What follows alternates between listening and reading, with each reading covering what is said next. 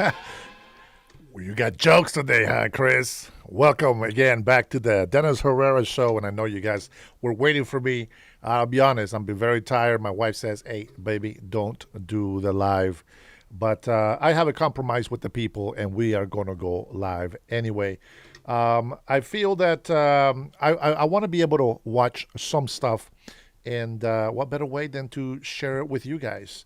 Cray Miss, you crazy dog. Yes, I picked up the wife on time, and then we had some things to do, so we did that. We're going to listen to President Trump participating on the beautiful clean coal event that's happened not too long ago, and we're going to wait and see if we get anybody else to come in and join us tonight. Uh, I'm going to go ahead and allow for some questions to come in. Today, we actually ended up going a bit religious, if you will, which I don't mind, but, it's one of those things to where I'm going to have to start really focusing more on issues that we have, not just in our country, but in specific here to Washington State because the time is running out, and we are going to be running a campaign very very soon. Hope the audio it's okay. Let me go into a quick test. You guys would have told me already anyway. I think. Oh, perfect. Look, sounds good. Sounds good. I'm gonna tell you what, man. Hey, good evening, Jason. How are you? Good morning, if it's morning to you, sir. Um, it is such a big difference being here in my home slash bedroom studio. This is where it all starts. And actually, the car, my Mobile One studio, is where it all started. And this has been the second place. I am still waiting for some documentation to get to me so that I can do file my taxes. Let me see if I can do this a little. Let me see how does that look. That should be okay. Yeah, so I want to do my taxes so that I can see if there is any difference. Okay, there's a couple of things I'm gonna tell you guys. I'll be honest. There's a couple of things that I don't like that President Donald Trump is doing, but I still support him 100%. Just because I don't like it, it doesn't mean that I don't support him. Okay, just like when I tell you guys or anybody that gets on the left side of me here and wants to hate on me, I don't hate you. I just disagree with you. That's all. My state is a mess, Cray. My state is a mess. Michael, how are you? Welcome to the chat. Welcome. Alberto Jimenez, where have you been? I'm sorry, sir. Oh, we have a slave driver on this show, it looks like. Well, well, well. I'm gonna tell you, I miss it. You guys. A lot of people think it's easy to do a podcast. I will say this: it is my fault. In a way, it is my fault because I don't take notes. Okay, I should. I know. I know. I will try in the future. I will try to have some notes. Just so you guys know, okay, if you are new to my channel, guys, if you haven't hit that like, go ahead and hit that like button. Doesn't hurt. Omar, welcome, my little brother. How are you? God bless you. It's good to see you here. Mr. Brian, how are you, big bro? Glad to see both of you guys in here. I think Robert called me earlier, but I couldn't pick up, unfortunately. Hopefully, he comes on the live. I'll probably give him a call later. Let me let our sister Trinity know we are live, and hopefully she can get on. I don't wanna pressure her too much to come in here and do our lives because you know uh, we don't know what's going on in other people's lives, to be honest. And of course, I want to also keep some things private. I don't want to be throwing everybody's laundry out there. So, Omar, Brian, you guys know what I'm talking about. This is a chat that we build so that we can talk about politics, talk about religion, and sometimes I got some stories to tell you guys. And who knows, the show might evolve into something different, something else. I have a big vision. I don't know how long it's going to take. There's certain things that got to happen. There's certain things that I'm calculating that take. You know what I'm saying? You know the thing. You know the thing. I'd always like to say, I'm waiting on God's will. God knows my heart. God knows my mind. For many of you, that have accepted me, I love you very much. I really do. I love people 100% from day one. Even though we just met, I love you already. And what's going to make me change that feeling? Okay, because it is a feeling. It depends on how you treat me. And I hope that I can, also give you the same sentiment. Now, if we're over here talking trash and we're, calling each other names and all this and that, the only thing that you have to look out for is this. I love you too, Omar. Is this. I am the host. This is my show. So whenever I say something, I am live. I'm saying it. But sometimes, even on the chat, okay, even I get blocked because I have the chat sort of on a strict level per se. Speaking of chat, I forgot to do something here really quick. Give me a second. This needs to happen right now. Give me 1 second. There's a couple of things I didn't do here. Man, you take 3 weeks off and you forget what the hell you are doing. I will say this is, I love having a lot of things to do on my channel. With the cameras, I love having my 3 monitors where I can control what I'm going to show you, what I don't want to show you.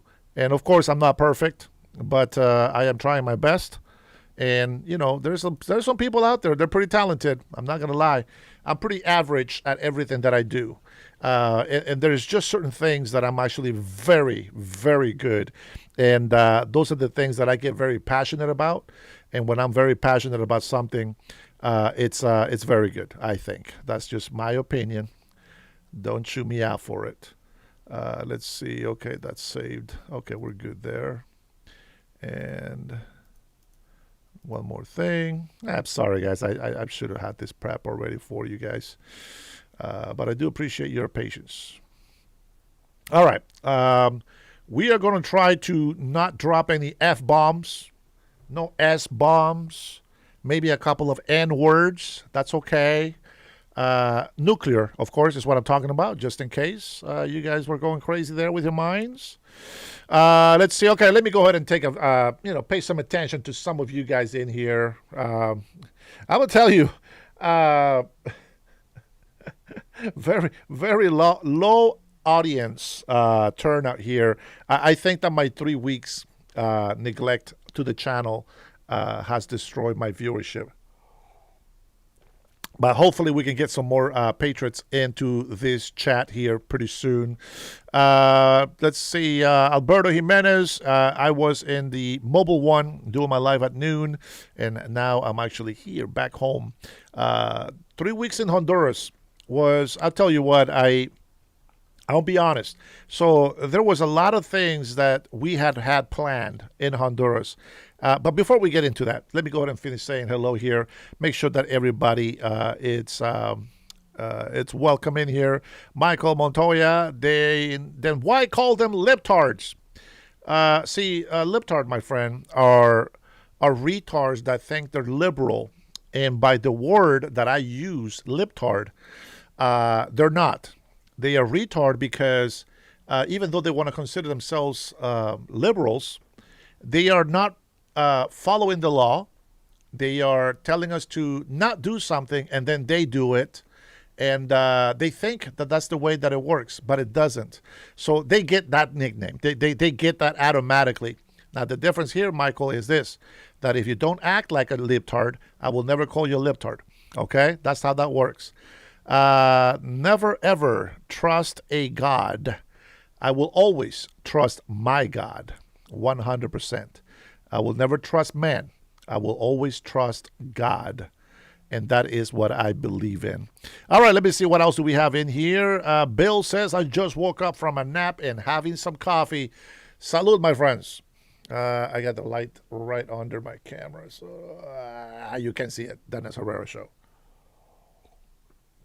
Some of you guys, some of you members, who I consider friends, already got a Dennis Herrera mug for free in the mail. Hopefully, everybody got theirs. I got some emails response from some of you guys. I appreciate that. Long Bong says, "What was that crap about? What was crap about it?" Don't know what that is. God knows every one of us. That's right, Jason. Fred Glenn says, Brian triggered already. Brian doesn't get triggered, my friend. Brian, it's a brother of mine in this channel. He is a patriot. Pat Jager in the house. How are you, sir? Welcome, welcome. We are still in the welcoming phase of my show. Lombong, you don't need to speak the language to hear. Let me see, what does that say? You don't need to speak the language to hear music. Can you understand what Kid Rock says? Yes, I can. But if you are trying to pull this whole everybody should speak Spanish in the United States of America, I just got 4 words for you. Shut the hell up. This is the United States of America, and everybody should speak English. Let me tell you something. This is where I go in and say, libtards. This is what libtards don't understand. The United States of America, it is a one country, because a lot of territories came together and became one nation. Mexico, it's Mexico. Honduras is Honduras. So when somebody comes into this country, the first thing that should happen, respect, assimilate. In this country, the United States of America, if you don't know what American culture is, let me go ahead and explain it to you very quick. Because I'm sick and tired of immigrants that come to this country and don't respect that the United States of America has a culture of its own. Okay?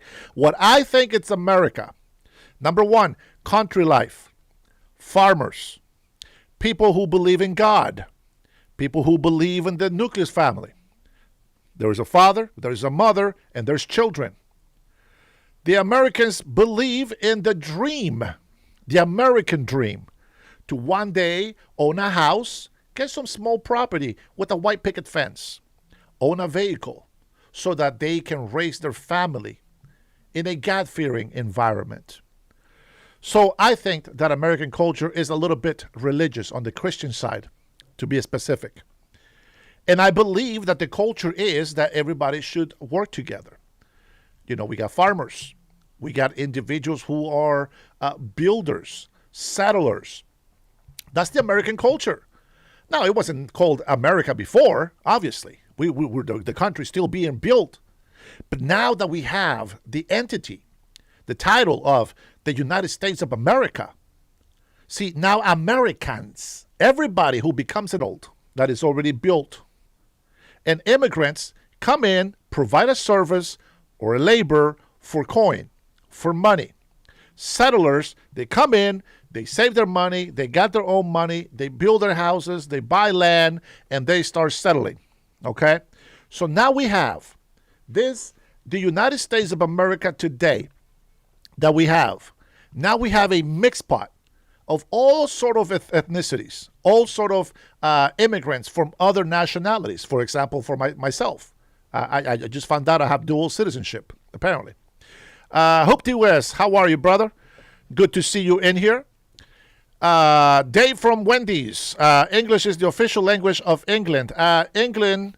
English is different than our English. We have what they called American English.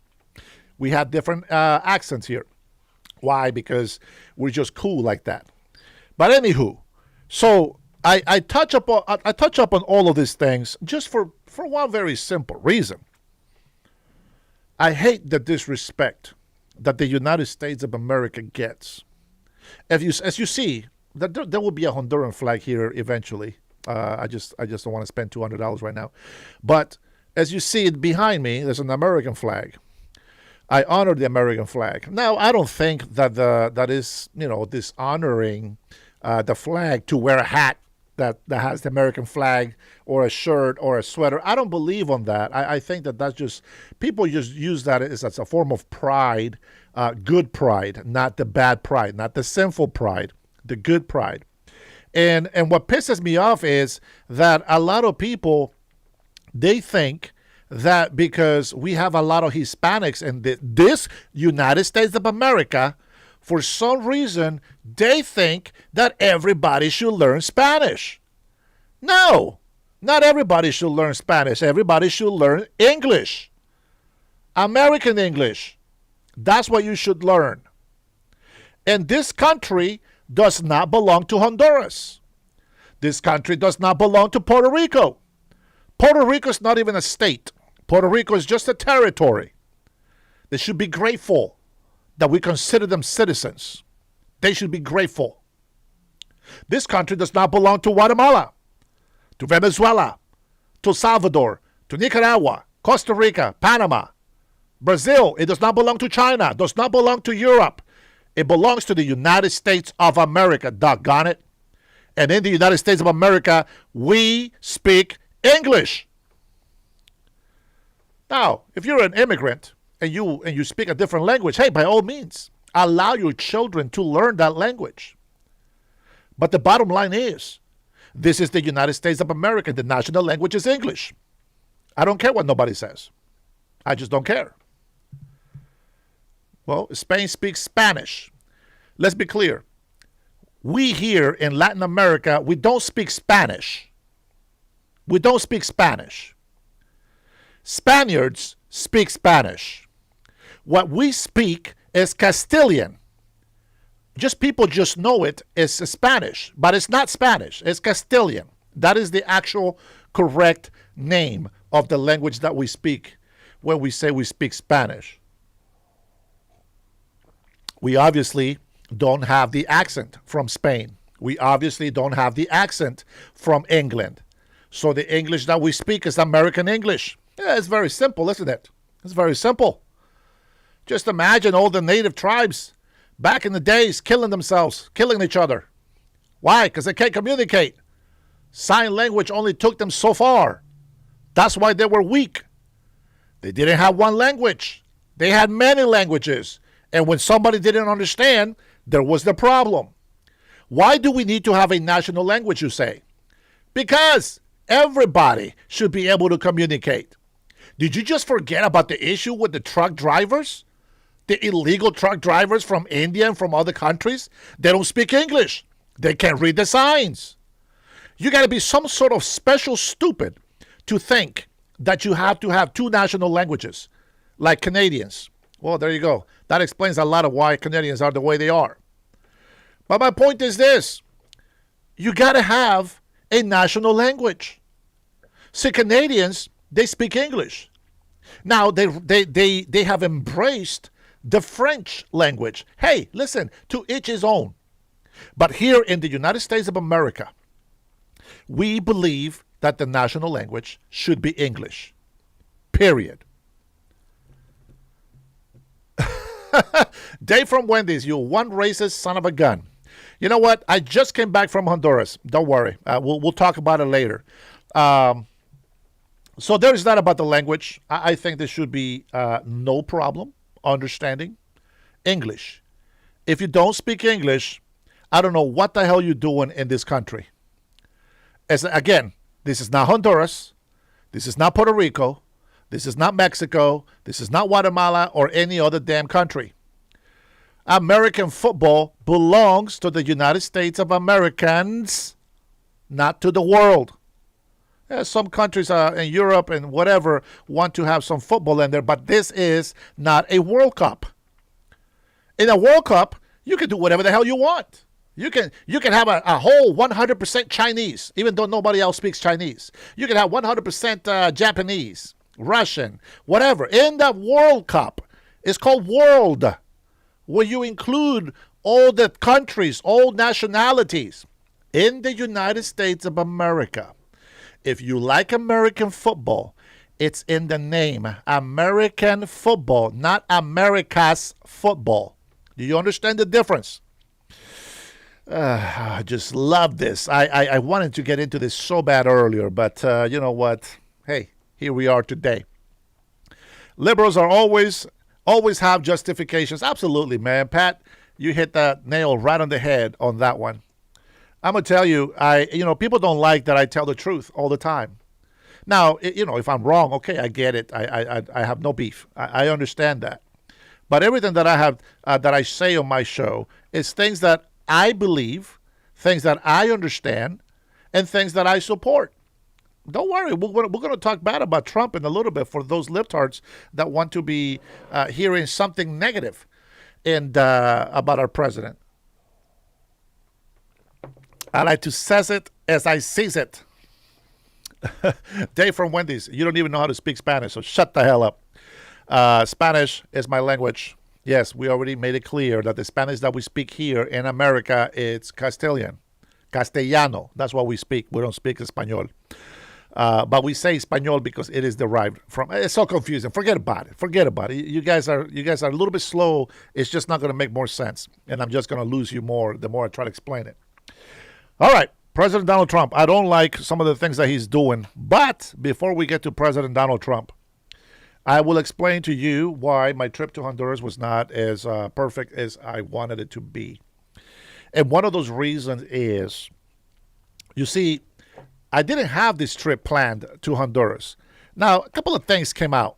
Every time that I show my passport here in my show, libtards start crying and start telling me that it's a fake passport. They're going to call eyes on me and this and that and blah, blah, blah.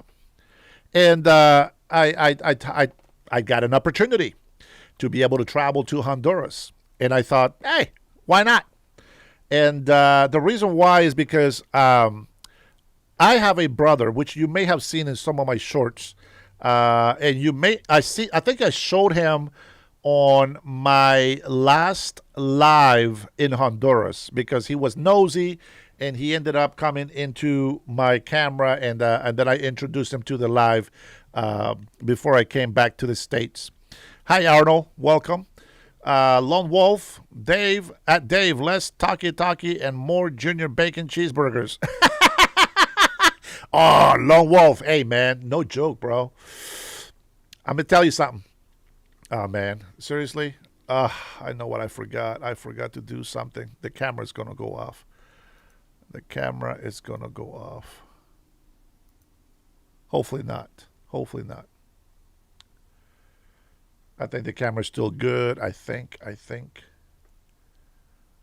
Oh, man, I didn't check the battery, to be honest. Oh, well, if the camera goes off, it's all right.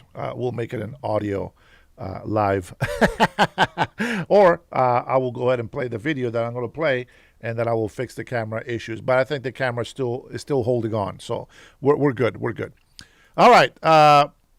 So I introduced my brother while I was down in Honduras. And the reason why the trip to Honduras was not perfect, it's because, number one, it wasn't planned. I was going to try to go to Honduras towards the end of March. And that is probably the best time, I think, to be able to go to Honduras. And, the problem with it was that my brother invited me out of nowhere to go down to Honduras. And I said, well, hey, you know what? I don't have much money, but, I think we haven't been in Honduras for decades together. And every time I go to Honduras, I normally have money. So I'm able to, rent a car, drive myself and go somewhere and then make a video and, have all these adventures. And so my brother always looks at my adventures and be like, oh my gosh, man, I went the other time I went there and we just didn't do anything. And how about next time and whatever. So I told him, I said, I'll go down there.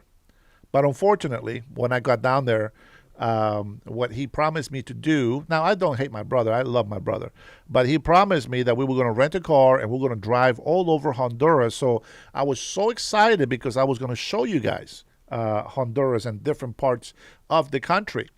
And well, he kind of left me behind and just went with his wife and her family.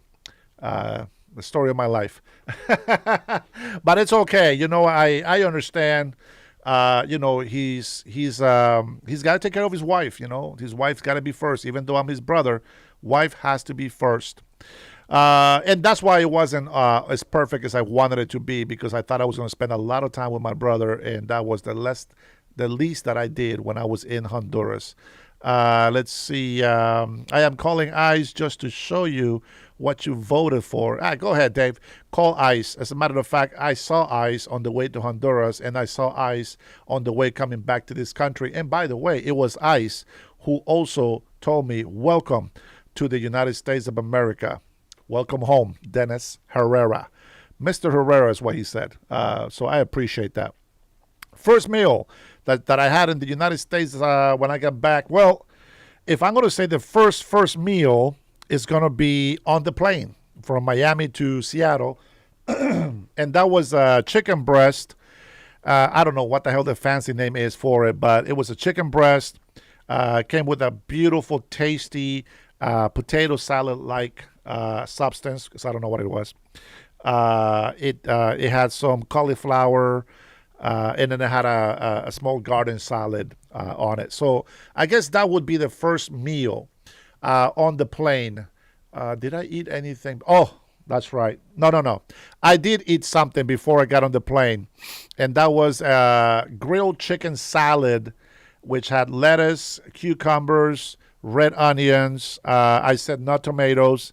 It had cheese, bacon, bacon, and some ranch. That was my first meal back in the United States of America. And then it was the chicken breast on the plane, but I don't know if that counts. Now, today, my meal here today was chicken and beef teriyaki. I know I'm going to try to eat rice a little bit less, but that's what I had to eat. Let's see. Alberto Jimenez says, I truly believe you're the real deal. I think you have some reason to not embrace your past.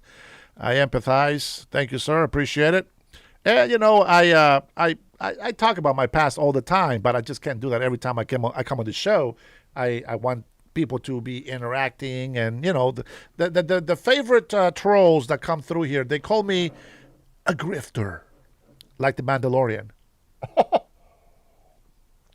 I'm a grifter because I interact with my audience. Let's see. Breaking news. Trump's name is on the Epstein list 1 million times. Rob. Look, over here. Rob, look. You got to let it go, bro. You got to let it go, man. You have to, bro. Just let it go, okay? Let it go. Do yourself a favor and cure yourself from that TDS, will you? Let's see. I don't come together with vile porno bunny. If there is any Hispanics on here that actually speak Spanish, they would know that everything that Bad Bunny stands for is just disgusting sexual immorality and perversion. And they even gave a 5-year-old a trophy, an Emmy trophy, which I think is disgusting. I think that it's probably some sort of making fun of ICE, or condemning ICE. I think it was very stupid. I think his music sucks. And, I think only sexually perverted people liked the show. Because when I see two guys sword fighting, thinking that it's sexy, it's disgusting. It's very disgusting. The word perreo just means to do it like a dog on the street, okay? It's dry humping is what it is. And I don't like that. I think it's very disrespectful. Women that allow themselves to be degraded that way, I feel sorry for them. They have no self-esteem. And I pray that they find Jesus. They definitely need Jesus, 100%. 100%. Long Bong, you wish that it was 4 billion views. The Super Bowl may have been millions, hundreds of millions of views, but the Bad Bunny, yeah, I don't think that. Not even close, bro. Not even close. Yeah, 40 million tuned out. There was, I think, when I joined the live for Turning Point USA, I think he said it was 135 million views already, and there was still people, hundreds of thousands of people watching it afterwards, and then who knows, replays, etc. And if anything, that if they want to give credit to Bad Bunny about the views, I really don't care. At the end of the day, it could be billions, it could be trillions, it could be quadrillions, quintillions. It doesn't matter. I don't care. And I cannot convince everybody. I cannot convince everybody. I cannot convince people that God is real. That is not my job anyway. My job is to share. If I share what my faith is, you guys know what my faith is. But nobody is going to convince anybody of what they don't want to believe. So I'm okay with that. Let's see. As I said, you guys are not making a point. As I said, everybody that likes perversion, sexual immorality, those of you in here that like fans only club, those of you in here that watch pornography, you guys have no say on anybody else in this world. You have no say on anything if you watch and do any of those things. So don't, bring your little moral high ground, I don't know, self into this matter. Just shut the hell up and be a good boy and be a good little girl. You guys are, listen, you're on your own. You're on your own. If you're going to have any of those in there. Longbond says there was 30 girls and you were watching two guys. No, that's the thing. You pay attention to what's going on. See, you ignore the disgusting part in it because your perverted mind was just looking for what you wanted to look. See, when I see something, I want to criticize it. I want to be able to understand it. I want to know what's happening. I like that comment because it shows me and it proves to me how libtards live. Libtards don't care how horrible somebody is in the world as long as they get to do whatever the hell they want. People don't care how many, on the libtard side, they don't care how many criminals are released from jail as long as they can continue to be criminals themselves. That's how that works. Libtards are like illegal immigrants who support illegal immigration because they are illegal. You see how that works? That's right. That's how that works. All right, let's see.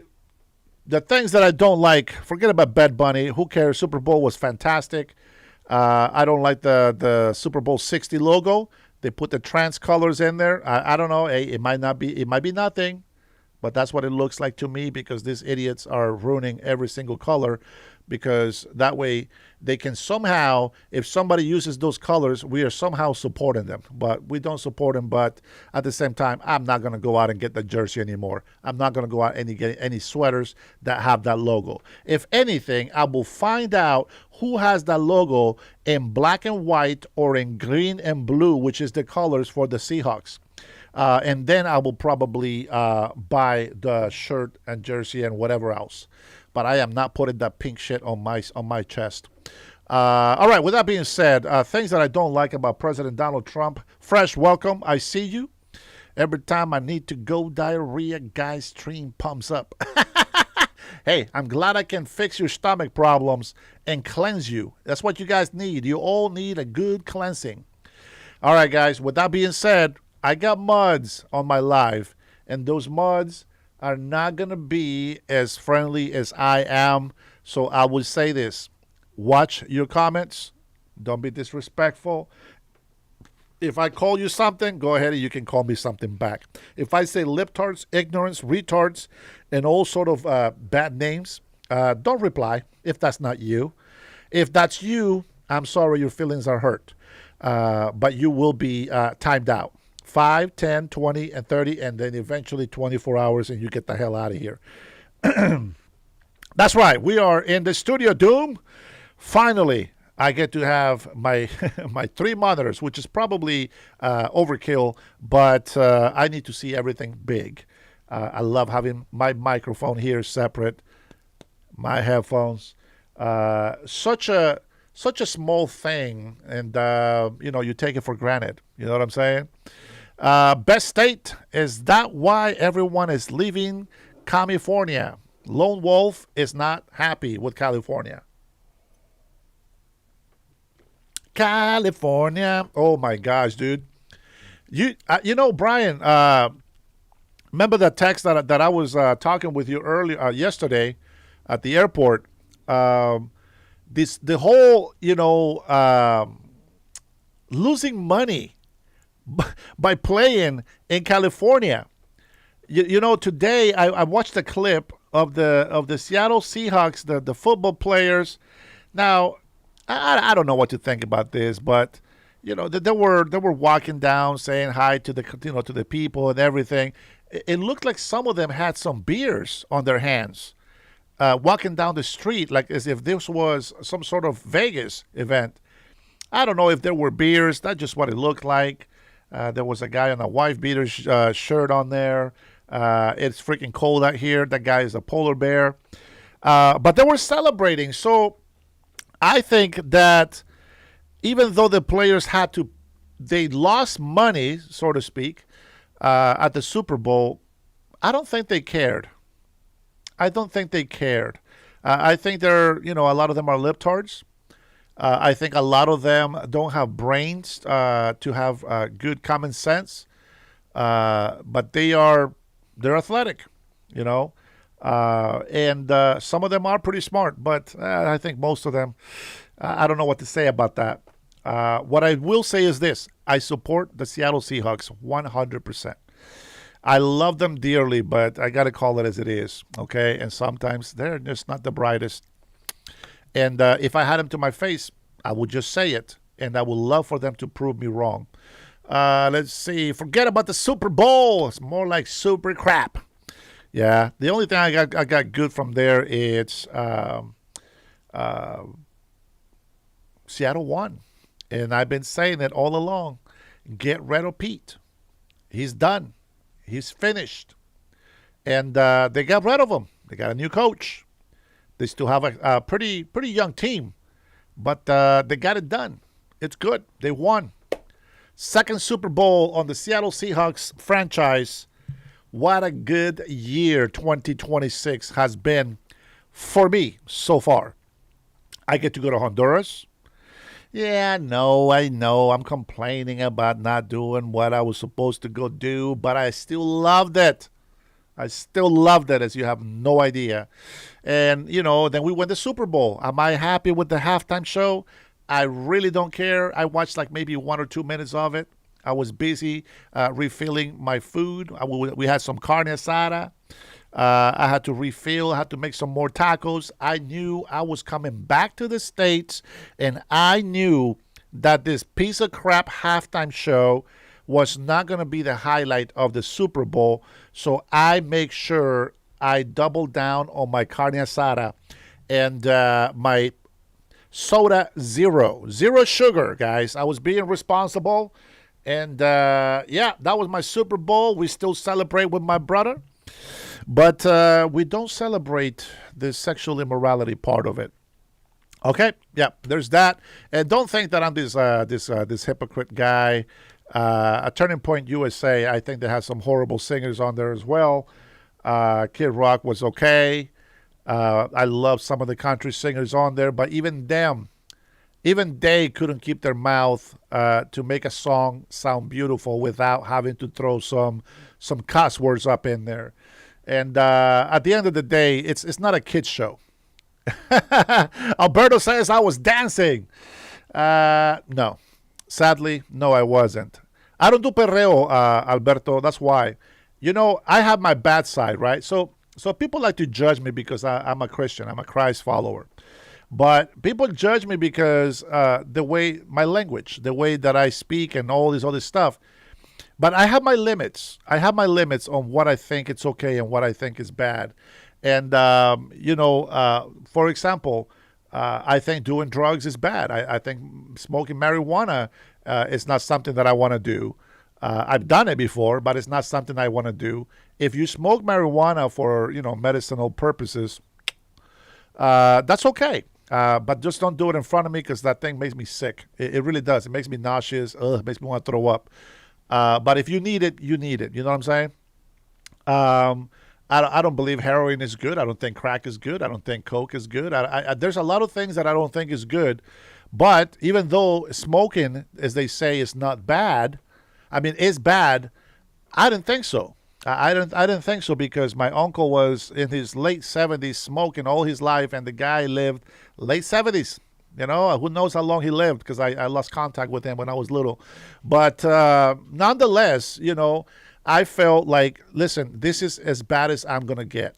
I'm just going to smoke cigarettes, and I'm going to drink, right?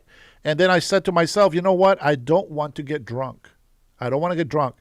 And then when I drank, and I can tell you in one hand, I can tell you 5 times that I've gotten over drunk, and I will never do that again.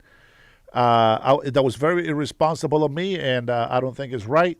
So I don't drink. Can I drink? Of course, 100% I can drink. Can I smoke? Sure. Can I do weed? Yeah. Can I smoke crack? Yeah.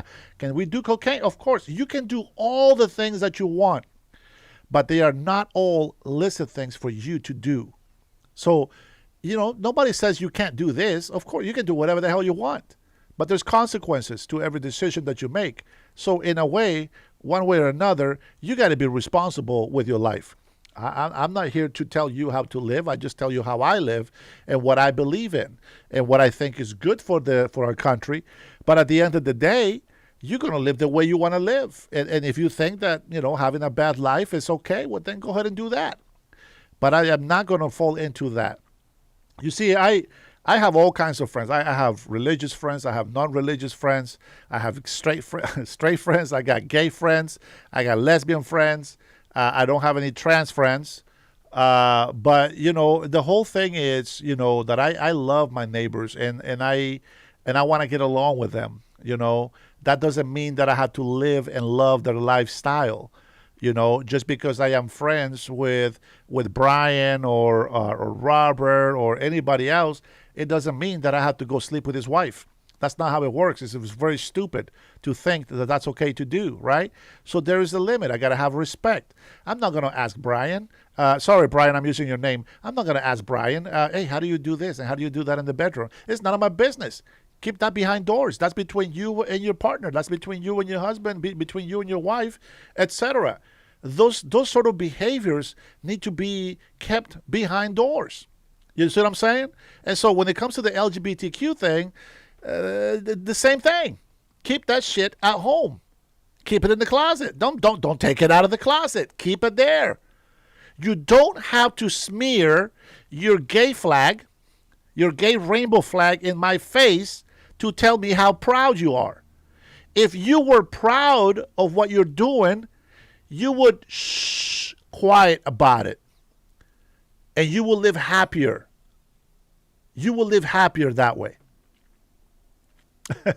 I know, big bro. I know you don't mind me saying it, but, it's a courtesy, right? Remember, freedom of speech has to be used responsibly. And this is one example right here. I'm trying to be polite, not polite, but courteous by making sure that Brian is not being offended by that. Now, if we're going to have a fight with words, that's different. Because what is it that's going to make it respectful or courteous? It just depends on how people take it on the other side. All right, so I went ahead and told you everything. Well, not everything, but I told you some stuff about Honduras, something about my life. And one thing that I don't like about President Donald Trump, and this is something that I would agree with every other American in this country, is I don't like that President Trump is making deals with the new president of Venezuela. I think she's a disgusting snake. She is a viper. She has said the nastiest things on her local news on her local press conferences, speeches to her people, has put the United States and has said bad things about Trump. And now she wants to pretend like she's making a deal. It sounds like Madoni. What the hell is the guy's name from India? Modini? No. Madoni. Modin. Bro, you got to help me out, somebody. Hey, Cool Cat Renee, how are you, my friend? Always good to see you, my friend. Always good to see you. What? Mondi? What's the prime minister from India's name? Right? We just made a deal with them, and we told them not to be sharing oil or buying oil from Russia. Well, I think he's one of those people that Mamdoni. Thank you, Rose. You're such a love. Thank you so much. I appreciate it. And by the way, I think he is in the Epstein files. Dun, dun, dun, dun.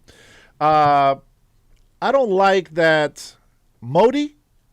That sounds more like it. Mandani is the Muslim from New York. Modi sounds a little bit more. That's horrible. I can search it, guys. I can search it, but I need some water. Doggone it. Hold on, guys. Let me get my water real quick. Apologize about that.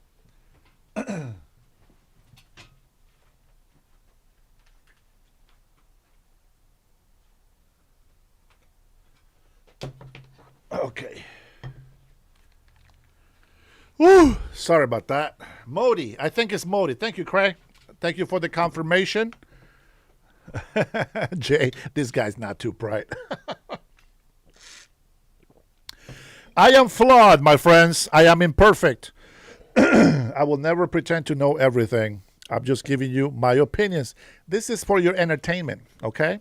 I am not your fact checker guy. This is all pure entertainment, and this is all my opinions. Do your research. If you don't believe anything that I say, if you don't like the way I think, that's okay. That is okay. There's nothing wrong with it. That's what this country is all about. That's what freedom of speech is. That's what freedom of expression is. That's what freedom of religion is. Now, let me ask you a question really quick before we jump into our video. Why is it that libtards don't respect our freedom of speech and expression? I really want to know that. I want to hear that from all the libtards and the people that have been negative towards me in this live, in this chat. I want you to tell me that. Tell me why you guys cannot respect our freedom of expression, our freedom of speech, and our freedom of religion. Why can you guys respect our rights as well as we respect yours? Excuse me about that, Bert. Let's see. Dave from Wendy's. He's been talking a lot of shit in here. Let's take a look. Yes, even though we dead in California. Oh, this guy's talking about California. You're having a conversation with somebody. Okay. All right. Jonathan, how are you, sir? Welcome to the Dennis Herrera Show with, man, we have a high viewage here of 29 people. That is fantastic. Who restricted your speech? Longbong, can I go to California anywhere and walk by some libtards protesting and wear my MAGA sweater, MAGA shoes, MAGA pants, MAGA hat, and a whole sign that goes with it, God bless the USA? Can I do that? And do you think that nobody on the left is going to try to hit me or cuss at me and put me down and mug me and beat me like they did that young female mother with those high schoolers and middle schoolers trying to protest the same way that libtards do? Now we have our kids acting violent on the street. Why? Because adults have given them that example, and they happen to be libtard adults. Those who have never grown up in their life and never learned to use common sense. Why would you want to dress like a MAGA idiot? Why would you want to dress like a transvestite with a stupid rainbow hair color? Why would you want to dress like an idiot, like a clown on the street and pretend that you're professional? Why? Do you see my dilemma? Do you see my problem here? See, we don't go over there and just start beating the crap out of them. We don't go tell them, hey, take that color off your hair. You look retard. You look like a libtard. We don't do that. We don't do that. Yeah, right, whatever. Whatever you want to say it, Lungbong. I know what I saw. And if they, you know what? If the kids misbehave, they become violent, guess what? They gotta defend themselves. I don't care if they're teenagers. If you have two 16-year-olds, times 2, 16 times 2 is 32. They deserve an ass whooping. I think that is okay. That is legit. If you want to put 3 16 years old, 4 16 years old, that's 64 years old. They deserve a whooping. Am I right? It is what it is. And I will tell the truth as it needs to be told. So, the question that I ask you, it's just a rhetoric question because we already know you have no answer. You guys think that wearing MAGA gear is retarded. And you hate it. So what if it's retarded? So what if I'm looking ridiculous? Allow me my freedom of expression. You see how that works? So when you come into my show and you try to question, Dennis, leftist, our menace is back. That's right. When you try to question my rights, let me tell you something. Your rights don't trump my rights. And I am an American citizen. And the biggest difference is I respect and love this country. You know what? I'm going to share this feeling because I didn't want to come back, and then we're going to jump into our video.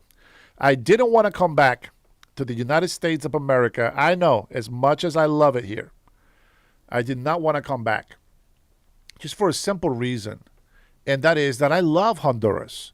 It's a third world country, but as I told you guys on my live when I was walking the streets, it's a third world country shithole, but it's my third world country shithole. And I love it. I love the way that people speak the same way that I speak. Whether they were black or white or Asian, it doesn't matter what ethnicity they had. It was so wonderful to hear everybody speaking just the way that I speak, sharing the same culture that I hear. I love it. I love it. Doom, what was that, Doom? I've heard Dennis being talked about on Polly's channel and Pickle's channel. Ari the Mermaid too. Yeah, those 3 libtards, they are the ones that are so brainwashed. I wish that they would just have their own opinion. You know, like for example, and I think that little by little, right? They can go in there. They can have like 800, maybe 1,000 people listening. I know I was gone for almost a month. I get it. You know, people don't like, you know, when people are inconsistent with their shows. But, you know, they can have 1,000 people in there listening to them. And they are like most of the people that come into their channel, they talk against them. You know, they don't agree with them. And what I find is that there is a lot of people that call in, but they call in to not to give their opinion or to say something that they believe, but they go in there and they try to insult them and they try to fight with them and they're trying to convince them that you're wrong and this is what it is. When you go to somebody's channel, you can make your comment, you know, you can disagree with them, but don't sit there and fight with them. If you don't believe what they believe, don't stick around in the channel to begin with.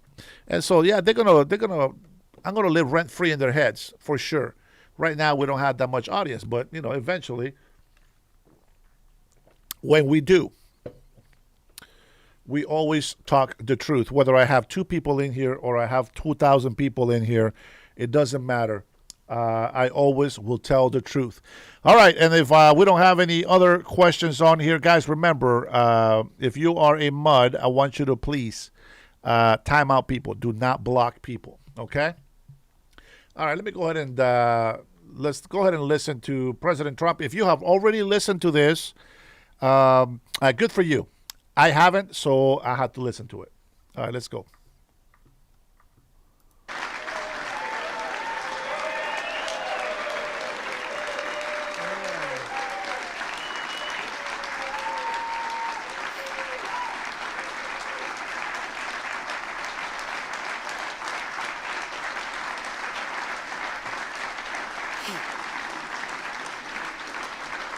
Clean, beautiful call. Clean, beautiful call. We love clean, beautiful call, don't we, Doug? Huh? I'm thrilled to welcome to the White House the men and women who light our cities. And, you know, you do things that people don't even understand. There's so much. You do so much. You heat our homes, fuel our factories, and turn natural resources into American riches and dreams. Our amazing coal miners. Thank you very much, fellas. That's great.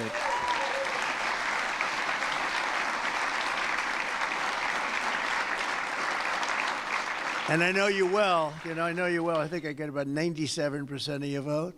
And you wouldn't want to do anything else. You wouldn't switch with a guy who had a beautiful penthouse apartment on Fifth Avenue. You wouldn't switch with that me. That was me.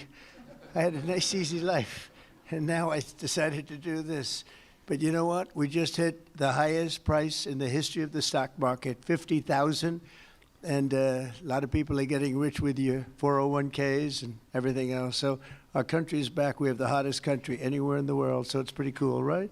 So I want to just tell you, I really appreciate you being here. You're special people. You got mistreated very badly for a long period of time.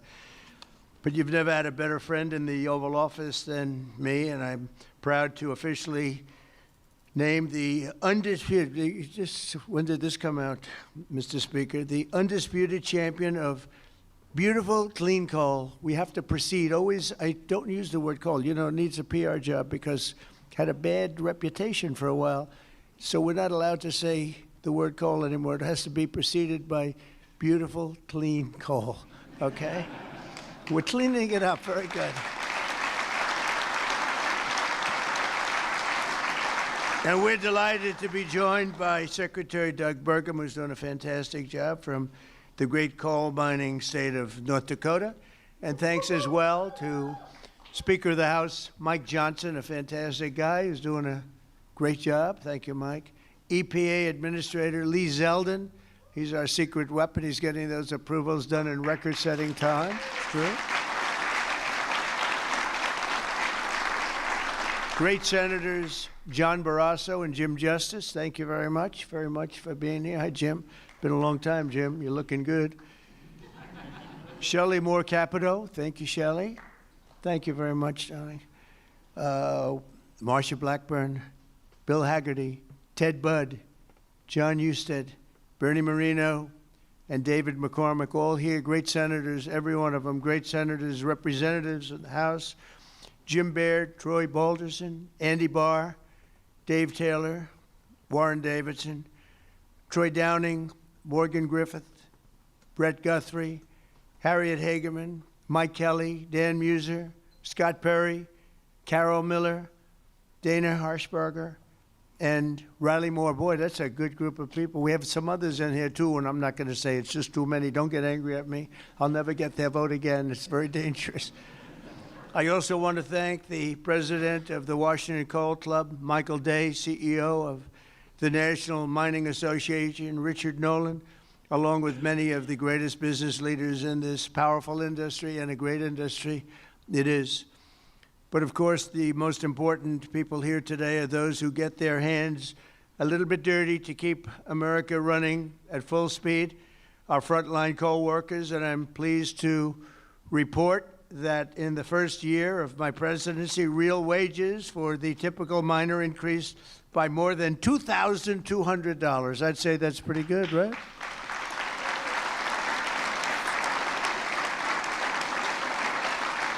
And I'll give you the bad news. It's the first time that that's happened in more than 27 years. All right? Those other presidents didn't take good care of you. They didn't take good care of you at all. They didn't realize what they had. The last time many of us were together, I signed a historic executive order to ensure that America's beautiful, clean coal plants would keep running when we need it most, and that's 24 hours a day in rain, sleet, and snow. You know, coal can operate when other substances can't. The Biden administration, he had no clue what he was doing. Shut down dozens of coal plants. They shut them down. Literally, it seemed like one a week, one a day. They were shutting them down left and right as fast as you could. They were paying people to shut down a coal plant. And if we had stayed on the ruinous path, we would have seen mass suffering and rolling blackouts all over the country. We would have had blackouts right now all over the country. We would have had a country that, worse than blackouts, every other thing would have been wrong with it too, with all of the horrible things that took place at our border. And right now our border is 100% secure. First time in the history of our country, actually.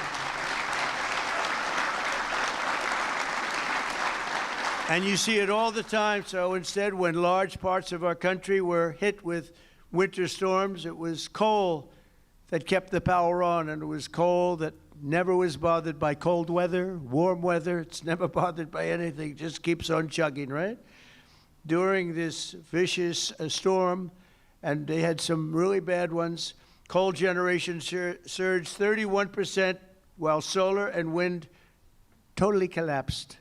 I'm not a big fan of those crazy windmills that are all made in China. You know, they're made in China, but not used by China. Let's look for a couple of wind farms in China, see if you can find one. They sell us those things for fortunes, but we don't do them anymore. Have we done any this year, Doug? We're not going to do any, hopefully, for 4 years in this country. They're losers.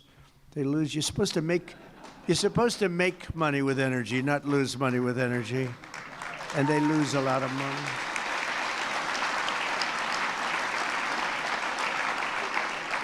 And by the way, they're all over Europe. And, you know, I was recently there, and it's not recognizable what they've done to their beautiful fields and those beautiful, beautiful scenic areas. And they put those wind turbines all over the place, and they're chugging, not doing a damn thing, except every time it goes around, it loses a fortune. It's horrible. They've lost their way. Not recognizable. And then I wonder why they don't like me over there. But you know who likes me over there? The people like me over there, I can tell you, because they know I'm right.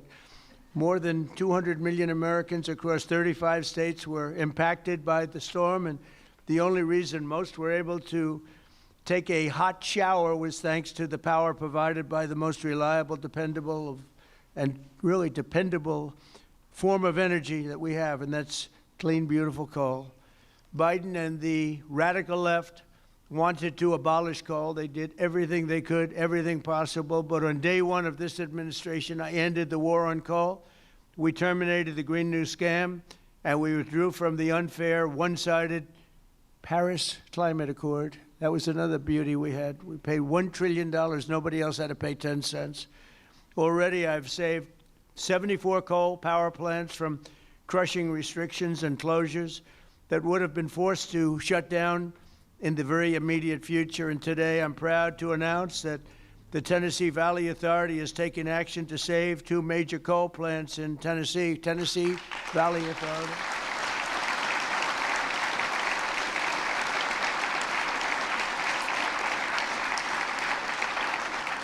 The plants are the Cumberland Fossil Plant and the Cumberland City. It's in Cumberland City. It's a big, beautiful thing that they just wanted to shut down. You know, the Tennessee Valley Authority has gone in a very stupid, very bad direction. The head of it, it's considered sort of semi-private. It's supposed to be semi-public, but it's semi-private.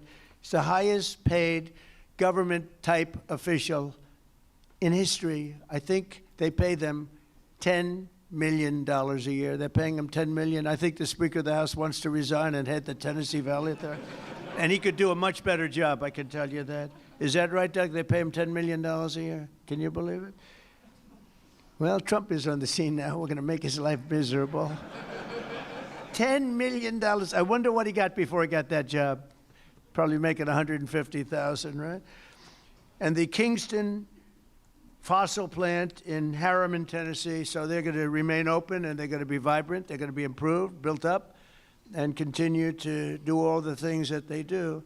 These two plants were slated for termination, but we're going to save over 450 jobs by keeping them going and going strong. In addition, I'm directing the Department of Energy to issue funds to coal plants in West Virginia, Ohio, North Carolina, and Kentucky to keep them online and keep those plants open. Right, Jim?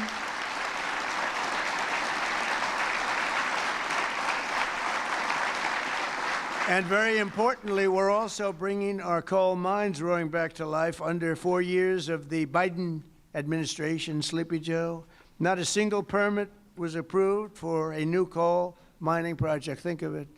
4 years, not one permit. They were all being disapproved, actually. So not a single permit was approved. I didn't know that. But in 1 year of Trump, we've already approved over 70 permits for very big, very powerful mines that are going to be with us for many, many years to come. And we did that over the last 30 days. We did more than half of them because we have the system going now. It's a very reliable source, great source. If you look at some of the most prosperous places in the world, they run on coal.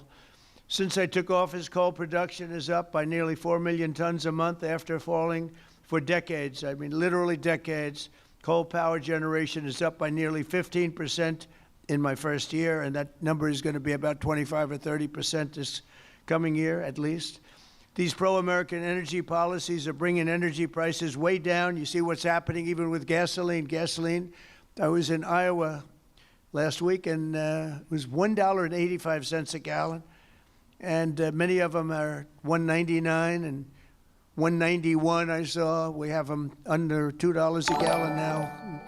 A little while ago, just a year and a half ago, they were at $3.50, $4, $4.50. In California, $7 because of its crazy taxes. Coal is one of the lowest priced energy sources, and it's probably considered by almost everybody to be the most reliable. It requires no subsidies because you make money with coal. More coal means lower cost and more money in the pocket of the American citizens and in the pocket, frankly, of the United States of America. That's not bad. Every once in a while, we have to take care of our country, right? With us today is Caleb Blackford, who drives a haul truck at Bear Run Mine in Duggar, Indiana. Great state. We love Indiana. I only like states that are one so big, you know. I want to pick no. No, I like them all. Where she has worked for 5 years, and she's joined by her wonderful husband, Eric, who also works at the mine, and their really incredible son, Isaac. And Kayla, if you could come forward, I'd like to just have you say a few words, please. Come on up. Where's Kayla? Kayla, oh, hi, Kayla.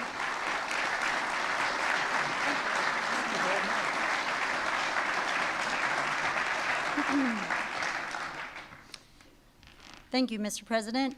As he said, my name is Caleb Blackford, and I am so proud and honored to be here today representing Peabody and coal miners across this country.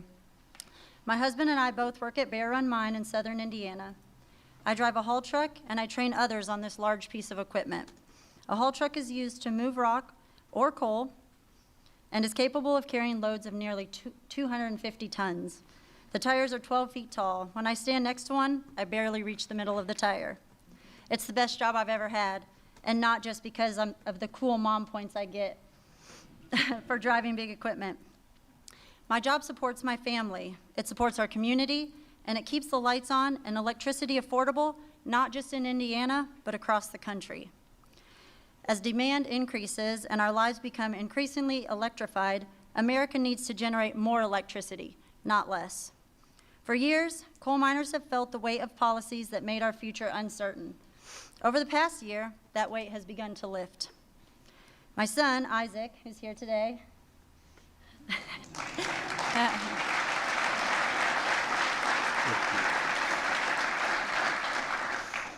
has friends whose parents also work at Bear Run. And when you grow up seeing huge mining equipment from the road, like Isaac and his friends do, you dream about the day when you get to run that equipment.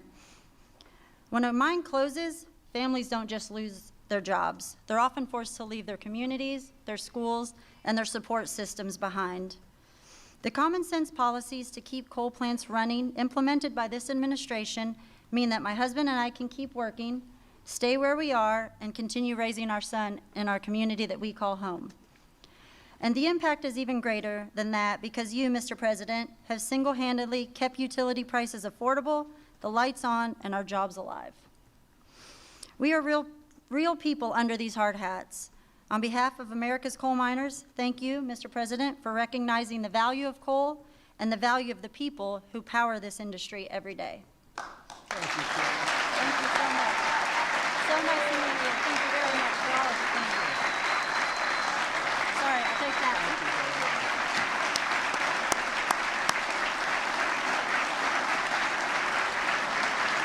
Good job. She did a good job, right? Look at the boy. He's so proud of Mom, huh? Did a good job? Couldn't do better, right? Anyway, thank you, Kelly. That's really nice. Thank you very much. Coal is also critical to our national security, vital to everything from steel production to shipbuilding and artificial intelligence. It's incredible what's happening with coal. And it's also incredible how clean they're able to keep it now with all of the new techniques. By using it, they're able to do things environmentally that are amazing. You see that. That's why I'm also pleased to announce that in just a moment, I will sign an executive order that directs the Department of War to work directly with coal plants on the new power purchasing agreements, ensuring that we have more reliable power and stronger and more resilient grid power. And we're going to be buying a lot of coal through the military now, and it's going to be less expensive and actually much more effective than what we have been using for many, many years. And again, with the environmental progress that's been made on coal, it's going to be just as clean. As some of you may know today, February 11th is Thomas Edison's birthday. There could be no better way to honor the legacy of the man who lit the world. Did you know that? The man who lit the world, Isaac. Do you know that? You ever hear of Thomas Edison? A little before your time, slightly.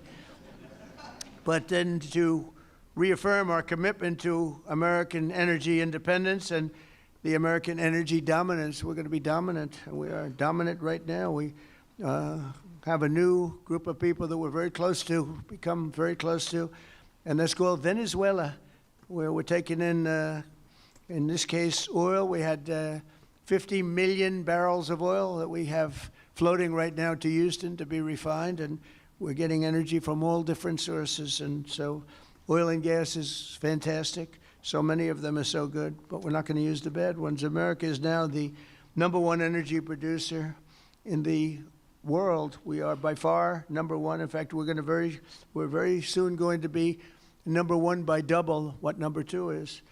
And under our leadership, we're becoming a massive energy exporter. In just the past few months, we've made historic trade deals with Japan, Korea, India, and others to increase our coal exports dramatically. We're now exporting coal to all over the world, and the quality of our coal is supposed to be, I'm not an expert in coal, but I've been very good to the people that are. The quality of our coal is supposed to be the finest anywhere in the world. From West Virginia to Wyoming, from Ohio to Montana, and all across the country, we're lifting up our hardworking American miners like nobody has ever done before. We're bringing down costs of American consumers, and together we're making the most of the magnificent land that God gave us to rebuild the greatest economy and the greatest nation in the history of the world. Another one of my favorite words is the word tariff. You know, tariff is very, I know they want to hear that little story. I used to say it's my favorite word. They said, what about God? What about religion? What about family and your wife, your children? So now I make it my 5th favorite word. Oh, you have no idea. I suffered. I was suffering from the fake news media. They were going after me when I said it was my favorite word. So I make it #5, and I think I'm generally speaking okay. They'd like it to be a little bit later than that. But because of tariffs, you saw that it was just announced, our trade deficit has gone down. Now, if you go down 1 point 2 points. You're like a genius. It's gone down 78%. 78%. Can you believe it? And we have to fight. Right, Speaker? And we have to fight. Just came out. Everyone's saying, that can't be right. 78% reduction in our trade deficit. And next year, we're going to be positive if we keep it all going. We're waiting for a very important decision from the Supreme Court. But I want to thank the speakers here because you have fought with me. You got it very early. Now almost everybody's getting it. But it's numbers that we've never seen. The other thing is breaking 7,000 on the S&P and very importantly, 50,000 yesterday. 50,000 we broke on the Dow. And if you remember, when I won, they said if he could ever produce 50,000 by the end of his fourth term, by the end of his fourth year, it would be unbelievably successful. Well, we produced 50,000 in excess now, went up today, in excess of 50,000 at the end of my first year. So that's some difference. And that's because of tariffs. So we're doing numbers that nobody thought were possible. The economy is rich. I tell the story that in Saudi Arabia, the king said, you know, sir, a year and a half ago, we were all saying you were a dead country, and now you have the hottest country anywhere in the world. That's true. We're the hottest country anywhere in the world, and a lot of reasons. So once again, I'd like to thank you for the tremendous honor of being here, and especially these gentlemen in the front row and a couple of you in the second row. What happened to the guys in the second row? They couldn't make it to the front. What's wrong with them? They don't shovel it as well, right? But I want to thank you and invite the chairman of our National Coal Council, Peabody Energy CEO, which is a great company, by the way, Jim Grech, to come up and say a few words. Please, Jim. Thank you very much.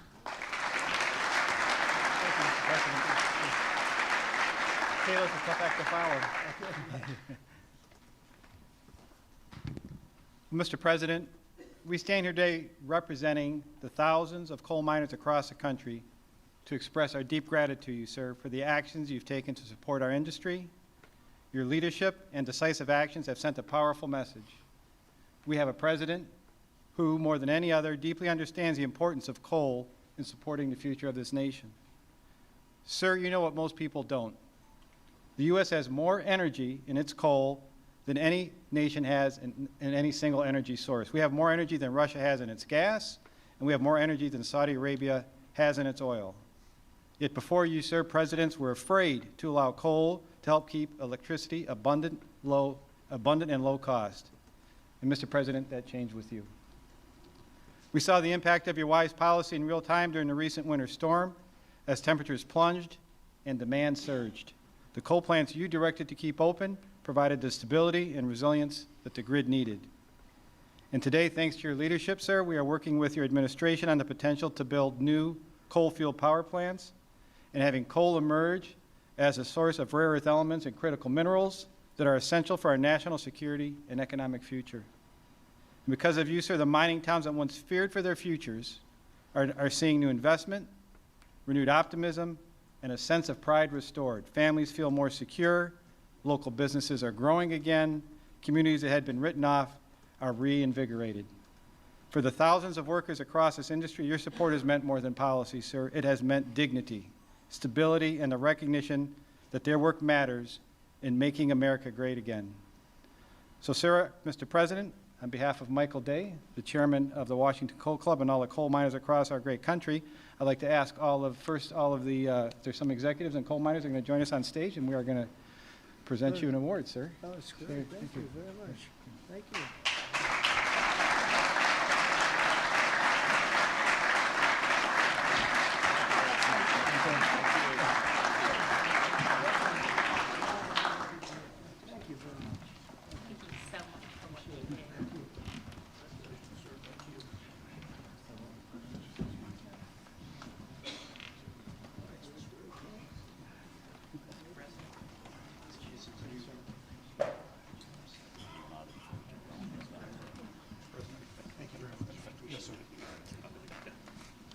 Thank you, fellas, very much. Thank you, Mr. President. Sir, to show our appreciation, the trophy says the undisputed champion of beautiful clean coal. Thank you, sir.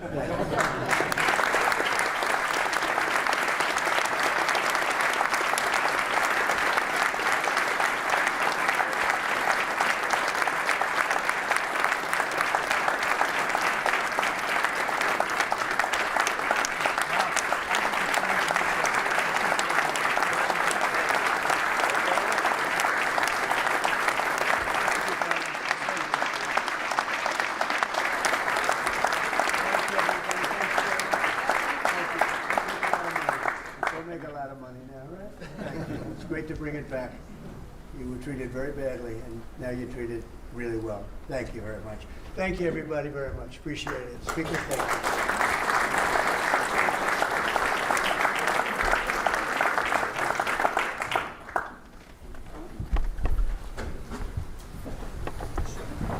you. We don't use auto pens. There's no auto pen. Okay, come on up. That's great.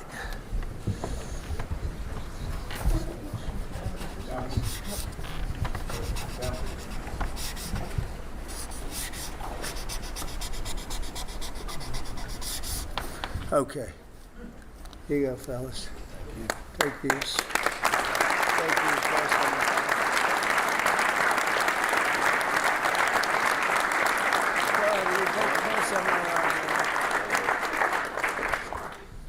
There you go. I'll get up. Okay, come on. You guys okay? Speaker? Thank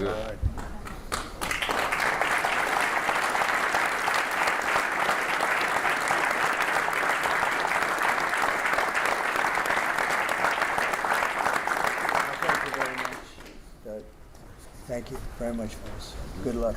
Make a lot of money. All right. Have a good time. Thank you.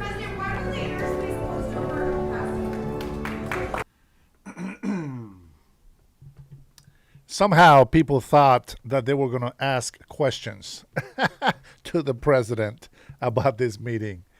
No. All right, so I welcome Rush, babe. I'm glad that you are here. I really want to know how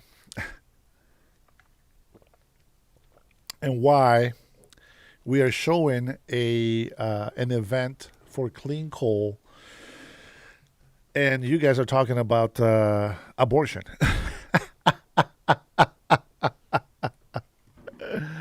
Oh man, I don't get it. I don't get some people. I don't understand where this goes to, but you guys are unbelievable. It's okay. I guess there's nothing wrong with talking about it. I will show you something that I really don't want to, but I do want to show you something, and this is one thing that's got me pissed off about the President Trump's administration. Okay. Let me see if I have it here. I watched it on my, let me see, just the videos, please. Yeah, right here. Now, this is gonna be the most painful 16-minute video. It's horrible, but this is what got me pissed off about the Trump administration. Now, I will say this. Nice bot account, AVFC. Bye-bye. I will say this. I would like to say that I understand why the vice president of Venezuela was left intact as the president of Venezuela. I mean, I know that there is some limitations of what and how much we can intervene in somebody else in some other country. And I know that Nicolas Maduro, well, he was a whole different kind of cat. But this vice president is just as bad as Nicolas Maduro. I would like to think that there is a better plot or plan that I just don't understand. But hey, Magic, but I don't like it. I don't like what you're about to watch, and we're gonna listen to it, but I really don't like it. And I found out that this vice president, if it is correct, she did give money to President Donald Trump in his campaign, I believe. Let me see. Let me see if I can find that. Let's see.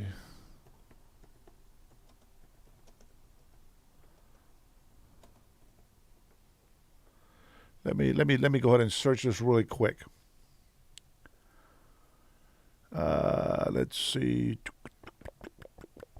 Okay, so they say in 2017 they're saying that it's claimed that Delcy Rodriguez directed Citgo to donate $500,000 to Donald Trump's inauguration. Now I don't like that, but and hopefully this is not something that that is going to be abused or whatnot. But that's what I heard. I don't know if it's accurate.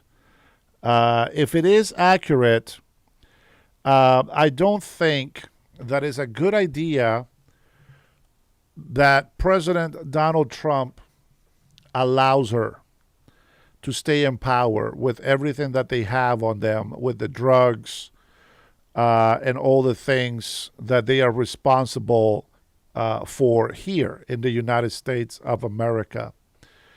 Yes, I understand that the president takes all of the guilt for the decisions made while they're president, and vice presidents may be given some diplomacy immunity on that. So that's one thing that I don't like that Trump is doing. That Trump is doing right now, or his administration. I wish that he would just get rid of her as well, and then I wish that it's okay, members and subscribers. Enough with the birth thing. Forget about that. That is not the title of the night. I think we talked about it enough. We made the points that needed to be made, and people that don't believe or don't want to accept somebody else's opinion, it's okay. They can do whatever they want. We'll agree to disagree with whatever they're saying. But yeah, without further ado, this bugs me about the Trump's administration. I understand the whole game and diplomacy and trying to move slowly to bring Venezuela back to the great Venezuela that everybody knows about. But I don't like the idea that a tyrannical dictator right hand gets to be the president and gets to get the credit for all the good things that might come to the Venezuelan people. I just don't agree with it.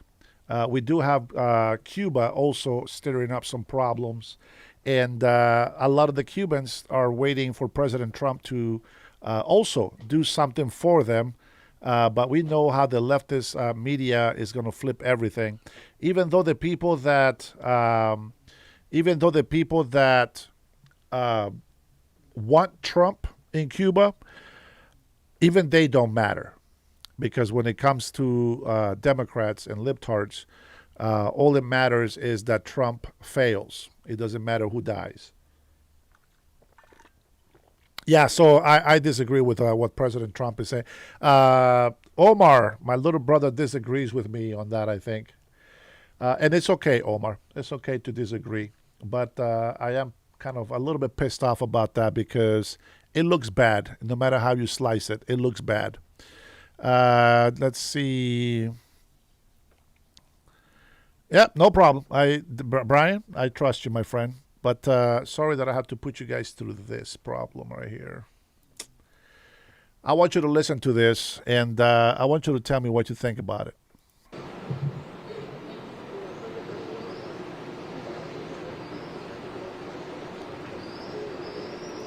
Again, everything Trump is doing, I support 100%. I don't have to like it. I support it 100%, and I just hope that there is a better, a better, a better something behind it. That's what I think. I don't like this lady. I have listened to her, the way that she has talked, the way she has expressed herself to her little regime and all those who are getting paid Venezuelans. And she doesn't give a crap about actual Venezuelans. This lady should be in jail. That's just my opinion.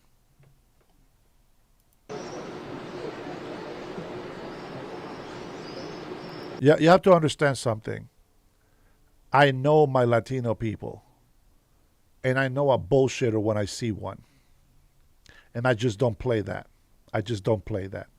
See, you can be a little you can BS a lot, right? Every single one of us in life we BS sometimes. Okay, we like to just talk and talk and talk, but there are some things that you cannot come back from, and this lady has done one of those, and she should be in prison. Bueno, muy buenas tardes para todos los periodistas que nos acompañan el día de hoy, tanto los que están en Venezuela, nacionales e internacionales, como para el equipo de medios estadounidenses que están acompañando al secretario de Energía, Chris Wright. Well, good afternoon and welcome to all the media, to the teams who work here all the time, and also welcome to the press teams accompanying Energy Secretaries. Hemos recibido al secretario de Energía, Wright, con su equipo. Queremos darle la bienvenida, agradecerles y bueno, hemos tenido una agenda de trabajo con puntos focales importantes. We have today welcomed Secretary Wright today and his team, and we have worked on very, very important points. El primer punto es el establecimiento de una asociación productiva a largo tiempo. The main point, the first point, is the establishment of partnership that will stand for a long time. Que permita una agenda energética que se convierta en motor de la relación bilateral y que esa agenda energética sea productiva, efectiva, que sea beneficiosa para ambos países, que sea complementaria. The first point is the establishment of an energy agenda that will be the base for the future partnership, an agenda that will allow us to work complementarily, that will allow us to work together. Sobre todo beneficioso para ambos países, para ambos pueblos, para el pueblo de los Estados Unidos, para el pueblo de Venezuela, y que esa relación y agenda energética, bueno, pueda avanzar sin dificultades y sin contratiempos. Especially a relationship that will be of benefit for both countries, for Venezuela as well as for the United States, and a working agenda that will be able to move forward without obstacles, without any hindrance. Como hemos conversado en nuestra reunión privada, Estados Unidos y Venezuela han tenido relación energética prácticamente durante siglo y medio y comenzó con la explotación del asfalto. As we spoke during our private meeting, Venezuela and the United States have had an energy relationship for almost a century and a half, which started with asphalt. Y esa relación energética ha estado también acompañada por altos y bajos en nuestras relaciones políticas y geopolíticas. And this energy relationship has been determined also by highs and lows from our political and geopolitical relationship. Y estoy segura, como lo dije desde el primer día que me juramenté en condiciones inéditas, como presidenta encargada de la República Bolivariana de Venezuela, estoy segura que a través de la diplomacia vamos a superar nuestras diferencias.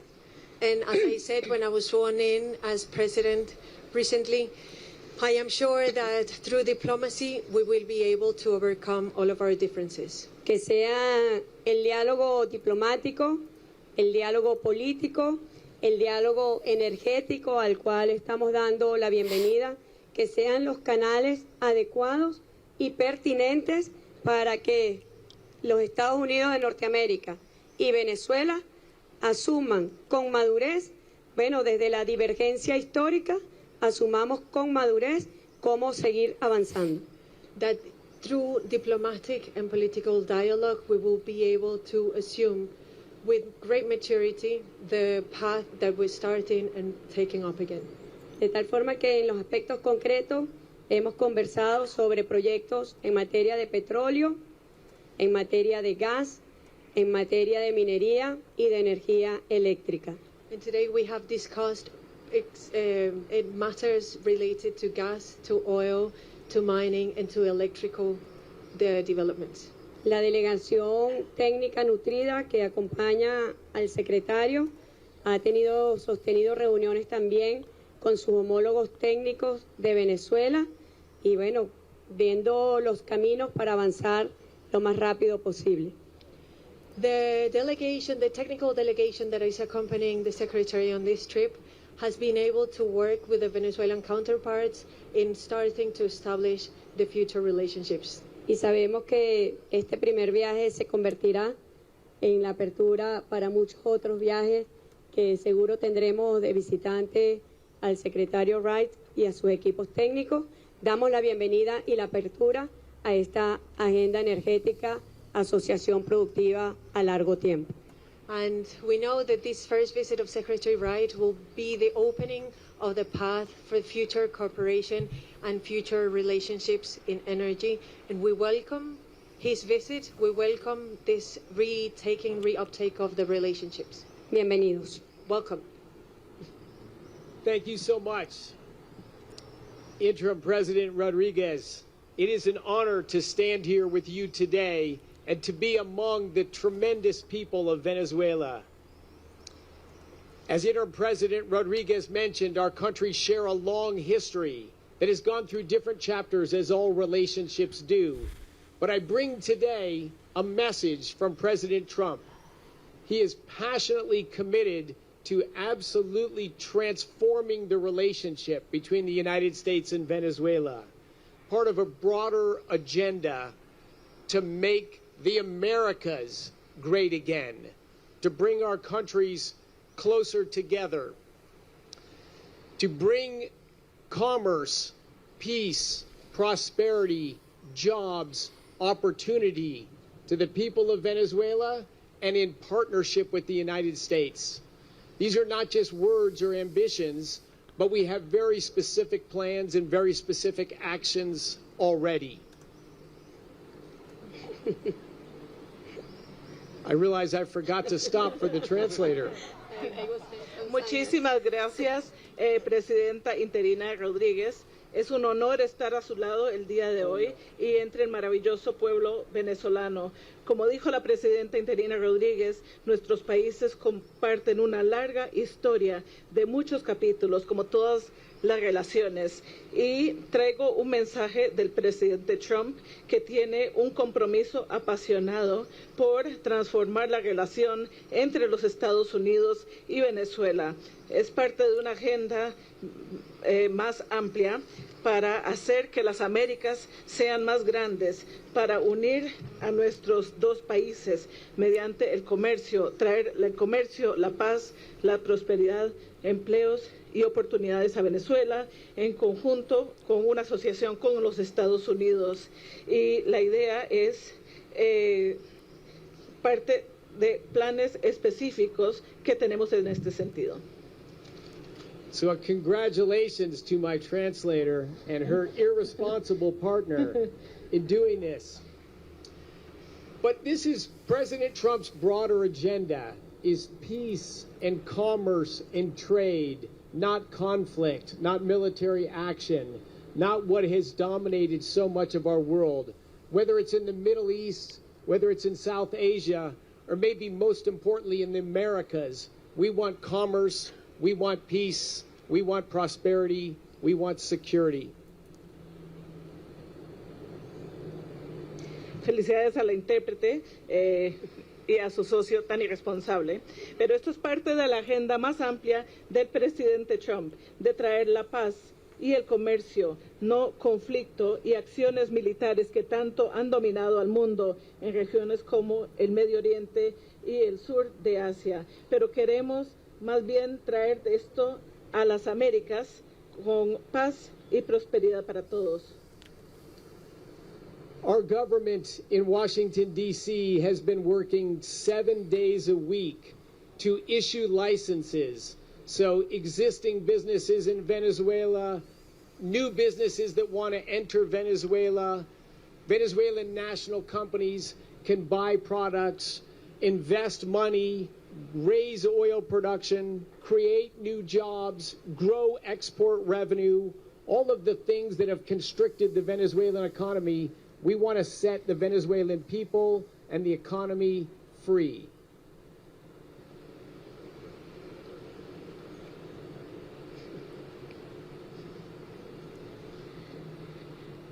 Esto es parte del trabajo de nuestro gobierno en Washington, D.C., que ha trabajado 7 días por semana emitiendo licencias para que las empresas venezolanas, para que las nuevas empresas venezolanas, para que las empresas nacionales venezolanas puedan comprar insumos, recaudar sus fondos, aumentar la producción de petróleo, crear nuevos empleos y ingresos por exportaciones.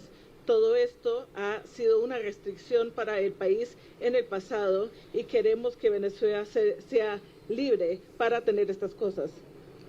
Our very wonderful and candid dialogues today. We both spoke very candidly about the tremendous opportunities in front of us and some of the problems and challenges. And we committed to work together to solve those problems and challenges. And I believe that we can solve those problems and challenges and move on to the tremendous opportunities in front of us.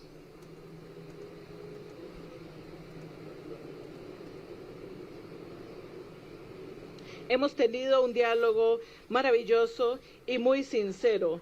Ambos hablamos de forma muy franca sobre las oportunidades que existen en el futuro y los problemas y los desafíos que hemos enfrentado. Yo estoy convencido de que son problemas y desafíos que podemos resolver para traer nuevas oportunidades. So there's much talk, and we discussed it today, of the enormous natural resources in Venezuela: oil, natural gas, mining, minerals. They are indeed immense. But more important than those natural resources is the incredible humans, what Venezuelans are, their pride, their education, their passion to drive forward. Truly, this is a partnership between American hearts and minds and Venezuelan hearts and minds. Horrible translators. Así que hemos conversado sobre los enormes recursos naturales que tiene Venezuela: el petróleo, el gas natural, la minería, los minerales. Estos recursos son vastos, pero aún más importante son los venezolanos tan increíbles, con tanto orgullo, educación, pasión y deseos de seguir adelante. Y estoy convencido de que es algo que podemos hacer uniendo las mentes y los corazones de los venezolanos y los estadounidenses. We believe, in fact, I can say, I think we know that working together, the people of Venezuela and the people of the United States, this year, we can drive a dramatic increase in Venezuelan oil production, in Venezuelan natural gas production, in Venezuelan electricity production, and most importantly of all of these are to increase the job opportunities, the wages, and the quality of life for all of the Venezuelans across the country. And by doing that, it will also enormously benefit the United States and the Western Hemisphere and the future partnership for all of us.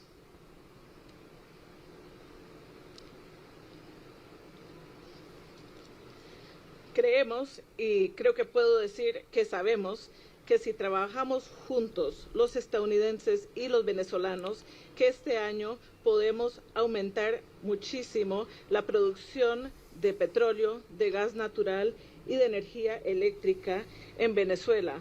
Pero lo que es más importante por encima de todo esto es aumentar las oportunidades de empleo, los salarios y la calidad de vida para todos los venezolanos en el país. Y al hacerlo se va a beneficiar los Estados Unidos, el hemisferio occidental y nuestra asociación futura. Viva Venezuela y viva los Estados Unidos.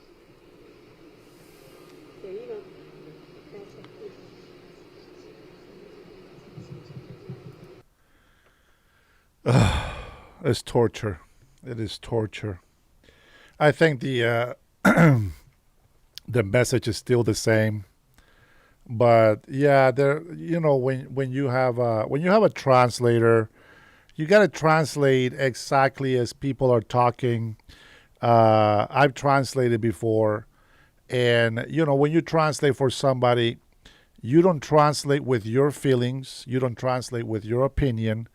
You translate as they speak. You can't add anything to it. You got to say it as they say it. And they just didn't do that. That's just my opinion.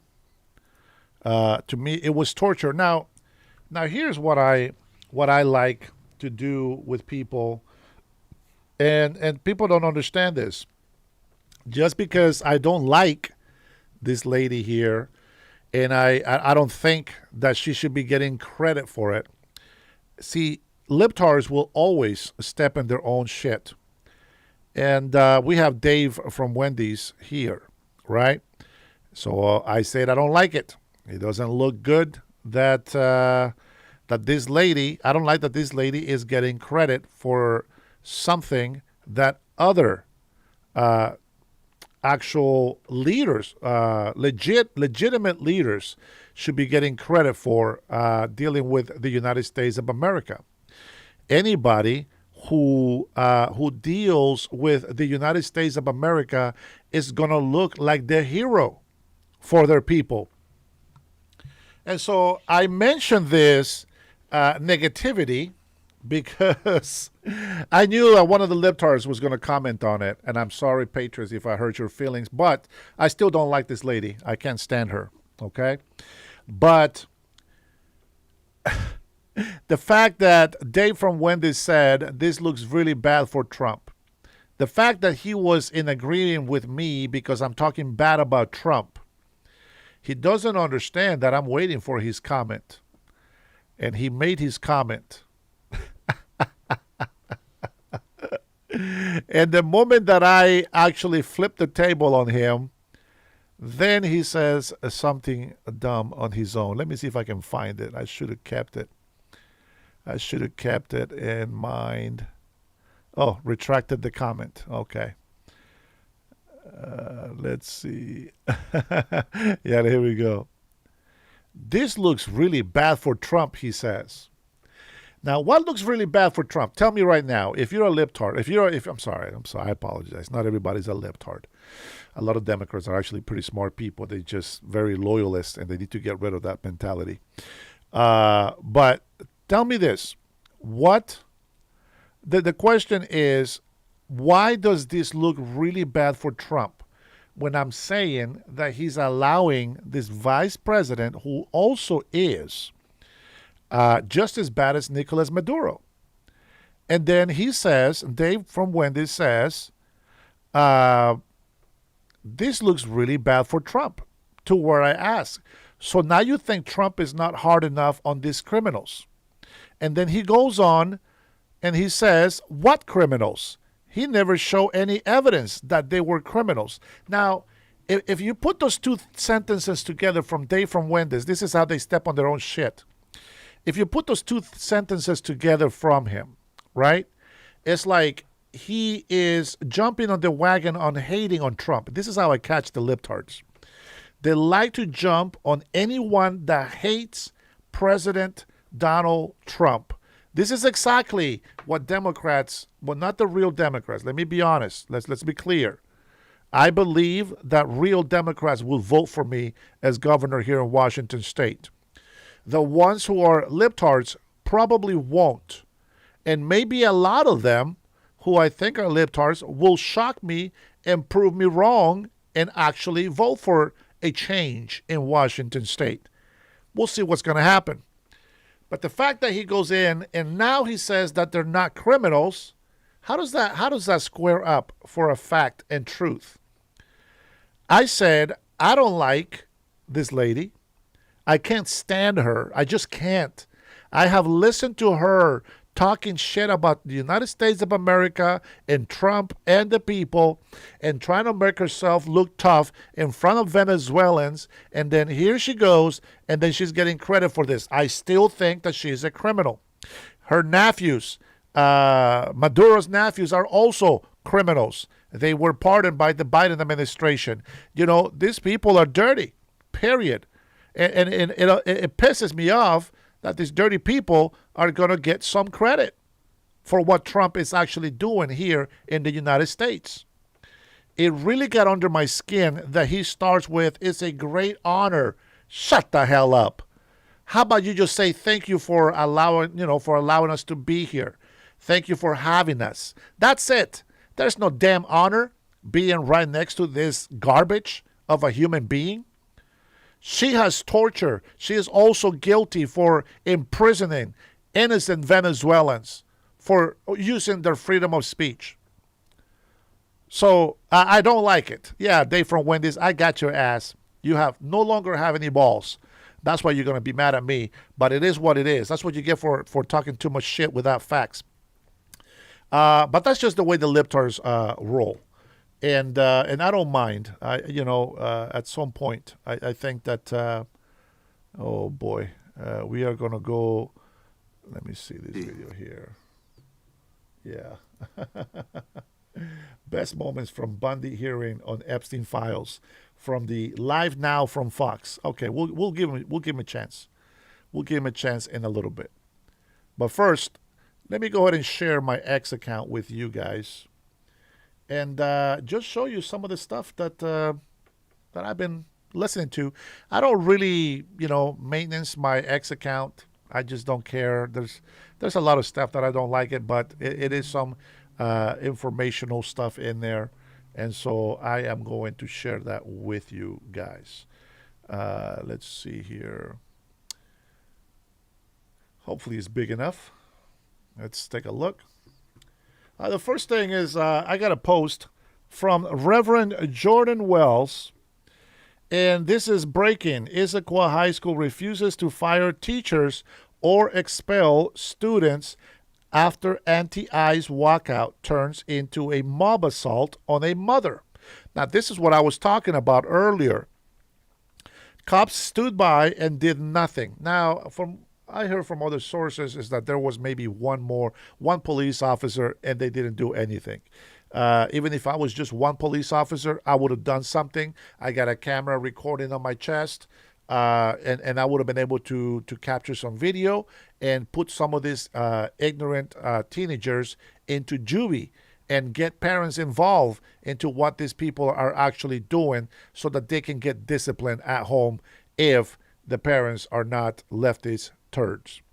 All right. Let's say this is what the left wants: a generation of anarchists raised to attack Americans while authority looks the other way. Call the district and demand accountability. All right, let's take a look.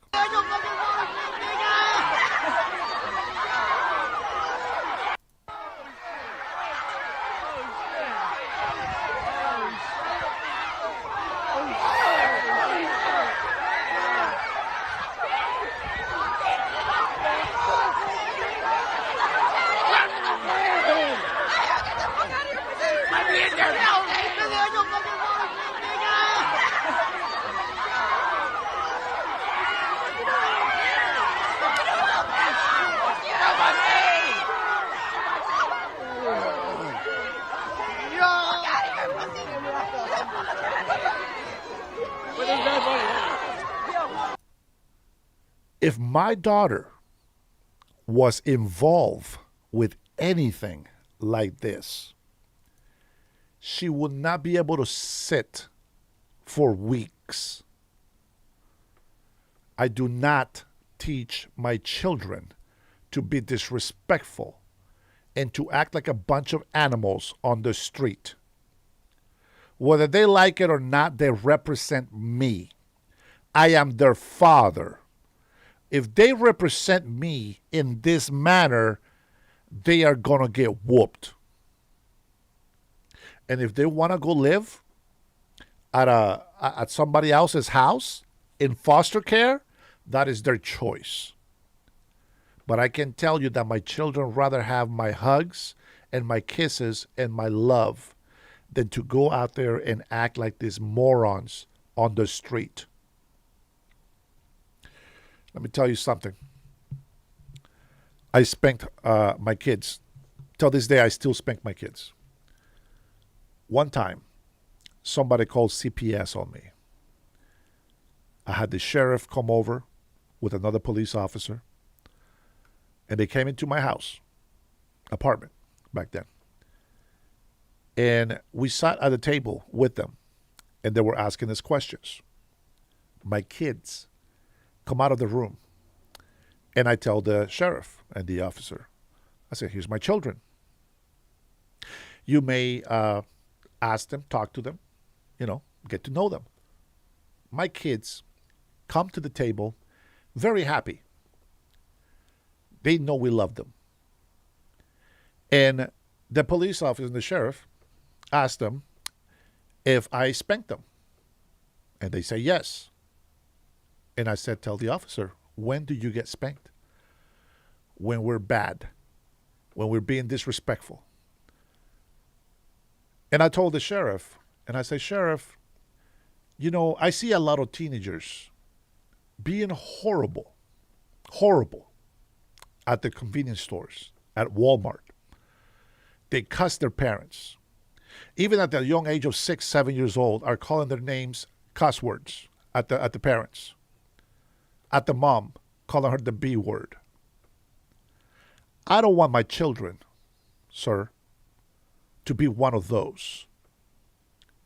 And the sheriff said, well, if they misbehave, they definitely deserve a swat on their butt. And I said, yes, sir. I agree. And I said, I believe that children should be disciplined. If they don't listen to verbal commands, they know they're going to get a spanking. Period. My children have a choice. They either obey or pay the consequences. The sheriff congratulated me on the discipline. And he said, your children don't look afraid of you. When somebody is abusive, the children are normally scared of the parents. But I see your kids come and give you hugs and kisses. And I say, sir, this is what we give them. But when they don't behave, they will get disciplined.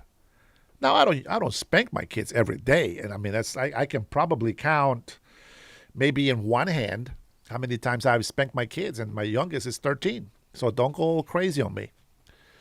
The Bible says that we are supposed to discipline our children with a rod. The discipline with a stick. Imagine that. And I love my children. Now, I am against parents who don't dedicate any time to their children, that don't give them any love. And all they do is spanked and spanked and spanked and spanked and spanked. And there's no love. Without love, you can't have discipline.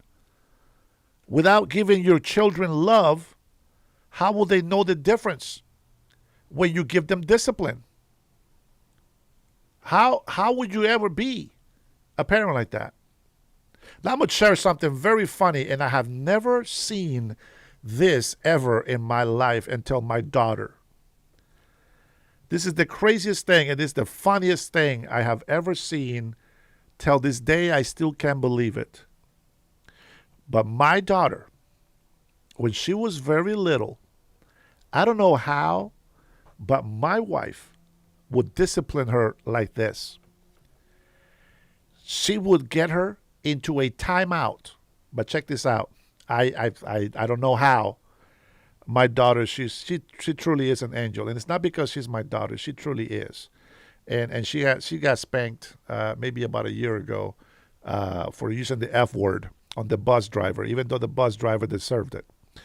I teach her to respect her elders, and that's not a word that you use against your elders when you're a young teenager. So she got a swat one time and got disciplined. But my wife would put her in timeout.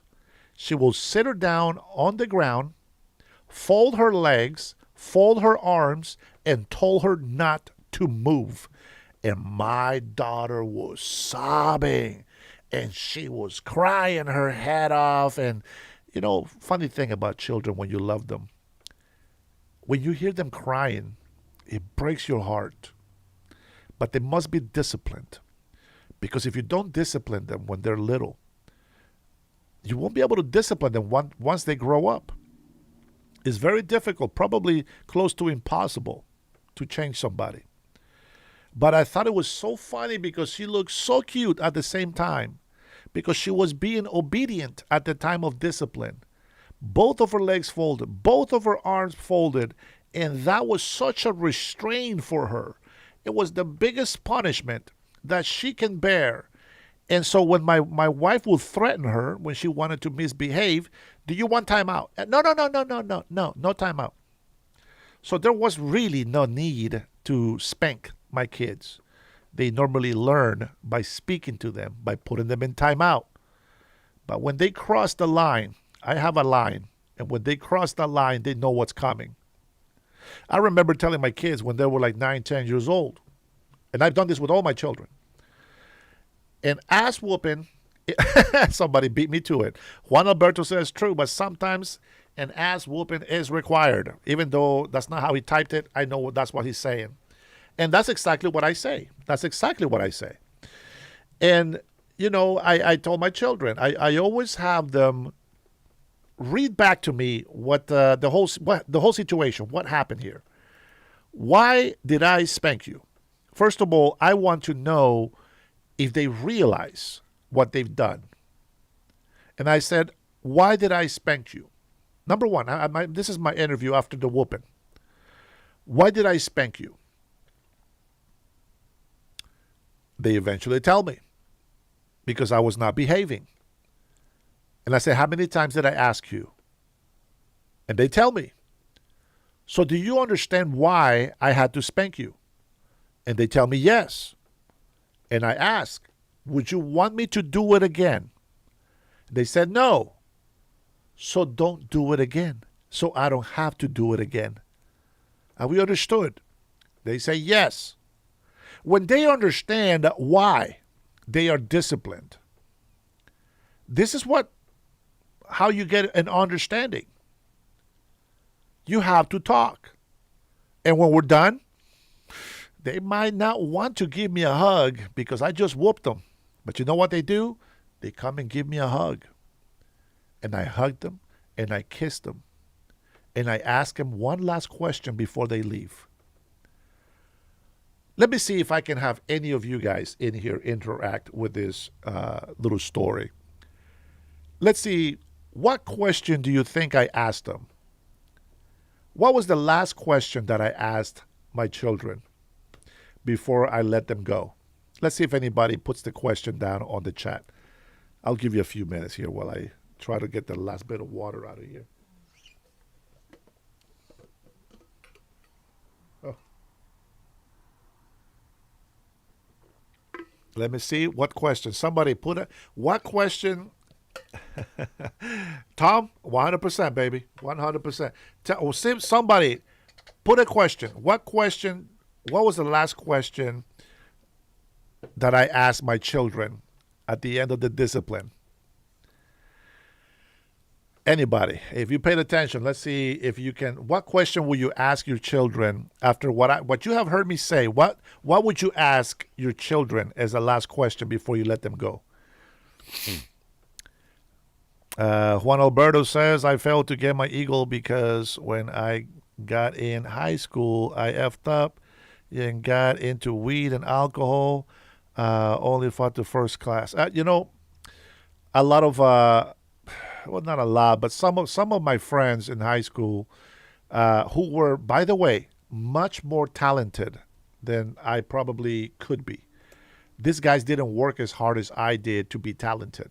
They were just naturally talented. They gave up such opportunities in life because they wanted to smoke weed. They wanted to drink alcohol. They thought they were being cool. This is part of their culture. This is what it's like to be Mexicans or blacks. If you live in the ghetto, you got to be a drunk, a drug dealer, or a pot smoker. If you live in a trailer park, same thing. It seems like people affiliate poverty with bad behavior. Okay?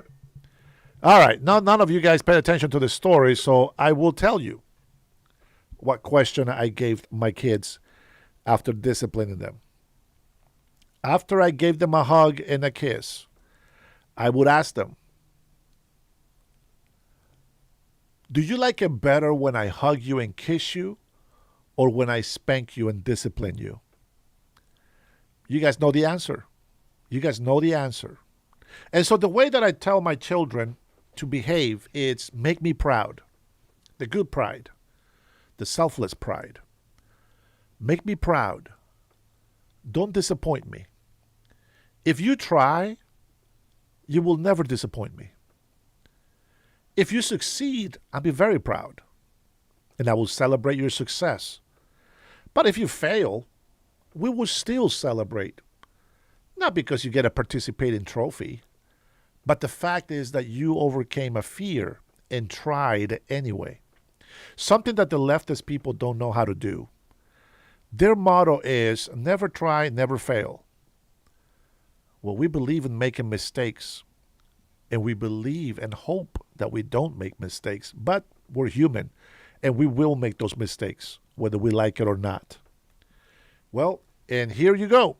When you don't discipline your children, this is exactly the behavior that you get. This is what happens when you don't discipline your kids.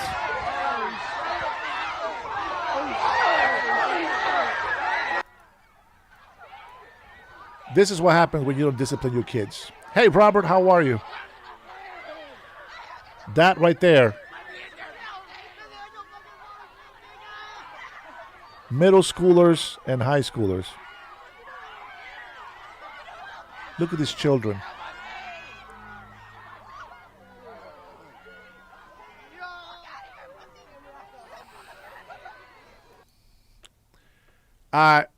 Unbelievable.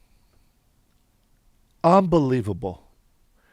Right now, there should be a lot of sore butts from spankings, from discipline, right now. Right now. There should be a lot of these kids that should not be able to sit down. And it doesn't mean whoop them until they can't walk. No, one time. But make it count. One time. Let them know that you are holding them accountable for their mistakes, for their actions. There's consequences to every action. As they say, to every action, there is a reaction. You want good things to happen, do good things unto others. If something bad happens to you because of somebody else, they will get that back to them. Robert, I apologize. I saw your call. I couldn't answer the phone call, my friend, but I saw your call. I hope everything is okay. All right. So I wanted to share that video from my ex account. And here's another one. Here's another one that people always get on me about when I speak about Muslims, and they don't understand why I say the things that I say. Well, we're going to go ahead and check out my ex account, and this is the clips that I find interesting because people don't want to believe what we say.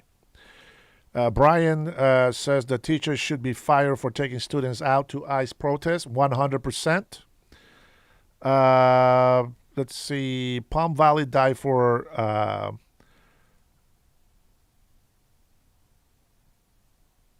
Charlie Kirk died for the people, not for the stream. You're an idiot, Palm Valley. If you think that's funny, you're a moron. You are very insignificant, my friend. I hope there's still. I hope that there is still some hope for your soul to be saved. Let's see. Doom says, "I'm glad my father taught me valuable lessons, and now I'm a better man for it."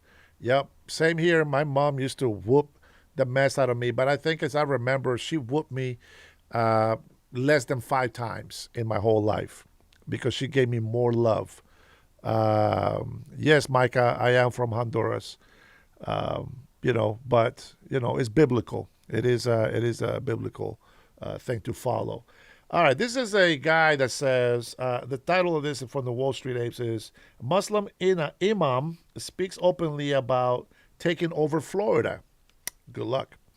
I want the governor of Florida to be Muslim. I want Muslims in the House, Muslims, senators, congressmen, etc. Blah, blah, blah.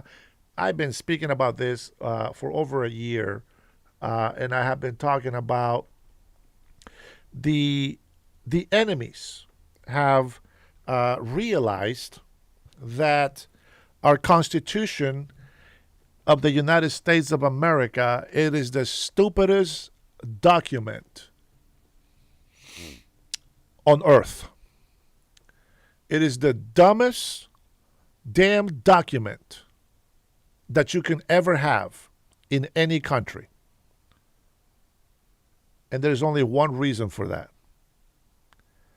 Now, lucky, we can change that mistake. Somebody made a typo. And instead of saying American citizens, they just wrote persons. Because they thought that saying we the people, American citizens, was enough. So that people understand that when they say persons, it is talking about American citizens. It's not talking about Chinese spies. This is how I say that the Supreme Court is a piece of shit. You would think that these people will have some common sense. Some common sense to support national security. Hey, listen, they might be judges and they might be smart, but doggone it, they lack a lot of wisdom. Lucky this country hasn't fallen apart already. So how do we fix the Constitution? Dumbest document ever to be written in the history of humanity? By changing a couple of words and specifying American citizens are we the people.